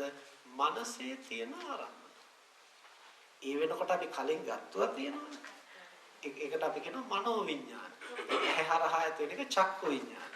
කන නිසා ඇති වෙන සෝත විඤ්ඤාණ. දිව නිසා ජීවහා විඤ්ඤාණ. නාසය නිසා ගාන විඤ්ඤාණ. කය නිසා කාය විඤ්ඤාණය. තව එකක් තියෙනවා මනෝවිඤ්ඤාණය. මනෝවිඤ්ඤාණය කියන්නේ අර ඉන්ද්‍රිය එකකට සම්බන්ධ නැහැ. ඒ වයින් කල්ලාතු ගත්තුවක්. ඒ අරමුණුත් එක්කලා සිත පහළ. මොකද සිතට අරමුණක් නොගෙන පහළ වෙන්න බෑ. හැම විටම අරමුණක් ගැන සිත පහළ වෙනවා. හැබැයි එසැනින්ම අහෝසි වෙනවා. ආයත අරමුණක් ගැන පහළ වෙනවා. ආයත අහෝසි වෙනවා. ආයත අරමුණක් ගැන පහළ වෙනවා. ආයත අහෝසි වෙනවා. මේ ක්‍රියාවලිය තත්පරයකට කෝටි ලක්ෂ වාරයක් වගේ දීර්ඝ වේගවත්ව සිද්ධ වෙනවා. දැන් මෙහෙම සිදුවෙවි ඉන්න අතරේ තමයි අර විසඤ්ඤ වෙන්නේ. දැන් නින්දෙදි ඊට ටිකක් කිට්ටු දෙයක් නෙවෙන්නේ. එතකොට මේ ඉන්ද්‍රියයන්ගෙන් අරමුණු ගන්න නැතුන ඉන්ද්‍රියයන්ගෙන් ගත්තේ නැහැ කියලා සිතට පුළුවන් කමක් නැහැ අරමුණු නොගෙන පවතින. ඒ නිසා සිත අරමුණු ගන්නවා. ඒ නිසා ඉන්ද්‍රියයන්ගෙන් ගන්න නැත්නම් ඇතුලේ තියෙනව ගන්නවා. ඒ නිසා විසඤ්ඤ වෙච්ච කෙනෙකුට තියෙන එකම අලාභය එවේලේ යමක් ඒත්තු ගන්නන්න බැරි එක විතරයි. හැබැයි කල්ලාතුව මනසේ අරන් තියෙන ඒවා හොඳ නරක ඔක්කොම හැම ක්‍රියාත්මක කිසිම වෙනසක් නැහැ. ඒ නිසා ඒකයි මම කිව්වේ කල්ලාතුව අපි හිතට කාවද්දලා තිබ්බොත් සිහි නැති වුණා කියලා ඒක ප්‍රශ්නයක් නැහැ. මොකද ඒක බාහිරින් ගන්න එකක් නොවන නිසා. සංඝාසනේ පටිච්චසමුප්පාදයේ විඥානය කියන්නේ ත්‍ෘති විඥානයද? එතන අවිජ්ජා පත්‍ය සංඛාරා සංඛාර පත්‍ය විඥානං කියලා කියන්නේ ප්‍රතිසන්දි.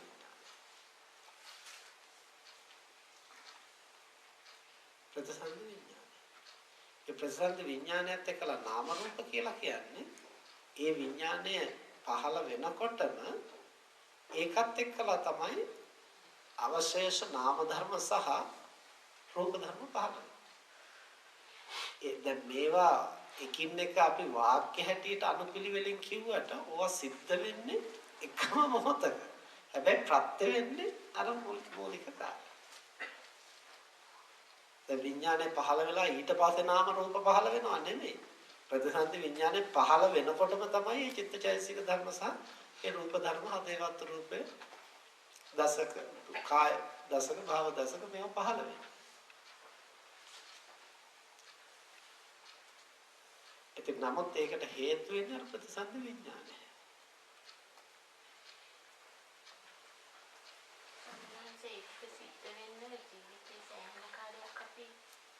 විඥාත දැන් අපි තෝරගන්න ලෝකික මිනිස් ලෝකික හරි දිව්‍ය ලෝකික හරි ඉපදින්න ඕන කියලා අපි ඒක සෑහෙන කාලයක් සිහියෙන් ජීවත් වෙලා ඒක ඇති කර ගන්නම අවශ්‍ය වෙනවා. අර සිහි කරන කුසලයට එක්ක ඒක තීරණය වෙනවා. ඒ තමයි අපි ඒ කුසලයි ඒ අපේ පැතුම ඉටු වෙන සුදුසු කුසලයක් වෙන්නේ. ඒ බඳු ශක්තිමත් හොඳ සතුටින් කරපු කුසලයක් වෙනවා. සිහි වෙන්නේ. ඒ සිහියක් කියලා කියන්නේ මෙහෙම. දැන් මොන අපේ හිතවත් ගුරු මහත්මයෙක් ඒ පන්සලේ දාන එතුමාට මේ ටිකක් රුධිර පීඩනයේ අඩු බවක් තියෙනවා. ඉතින් හදිස්සියේ ඒක මතුවෙච්ච ගමන් ටිකක් කලන්ත ගතිය වගේ හැදෙනවා. ඒ එතුමා දවසක් රාත්‍රියේ 12ට එකට විතර කොහම හරි ඒ රෝගී තත්ත්වෙ මතුවලා කලන්ත හැදිලා වැටිලා තියෙනවා. දැන් ගෙදර කාටවත් කතා කරන්න විදිහක් නෑ ඔක්කොම නිදි. එතුමාට ඒ වෙලේ හිතලා තියෙනවා දැන් නම් මේ අවසානේ තමයි කියලා. අද නම් මැරෙයි කියලාම හිතලා තියෙනවා. මැරෙයි කියලා හිතනකොටම එකම දුවක් ඉන්නවා දුව ගැන තමයි මතක් කරලා තියෙන්නේ. මතක් වෙනකොට මේ තුමා කල්පනා කළාලු දුවට තාත්තා හිමිවීමේ කර්මයක් තියෙනවා නම් මම මොකක්ද ඒකට කරන්නේ? මට ඒකට කළ හැකි දෙයක් නැහැ නේ කියලා හිතනකොටම අර දුව ගැන ප්‍රශ්නේ සම්පූර්ණයෙන් මනසෙන් අයින්. ඊට පස්සේ තමන් ඔය විදිහට පුරුදු කරගෙන තිබිච්ච පින්කම අනුරාධපුර රුවන්වැලි සෑය ළඟ කරපු හොඳ පින්කම සිහිපත් කරගත්තා කිව්වා. හරියට ඒ වෙලාවේ කරනවා වගේ හොඳට විදුලි බල්බ් දැල්වෙනවා පොඩි ලෙල දෙනවා සාදුකාර අහන්න ඒවත් එක්කලා එතන ඉන්න වගේ ඒක හොඳට මතු කරගත්තා කිව්වා. දැන් ඉතින් මේ අවසාන මොහොතේ අපරාධි පහවදා උදේ අවදි වුණා.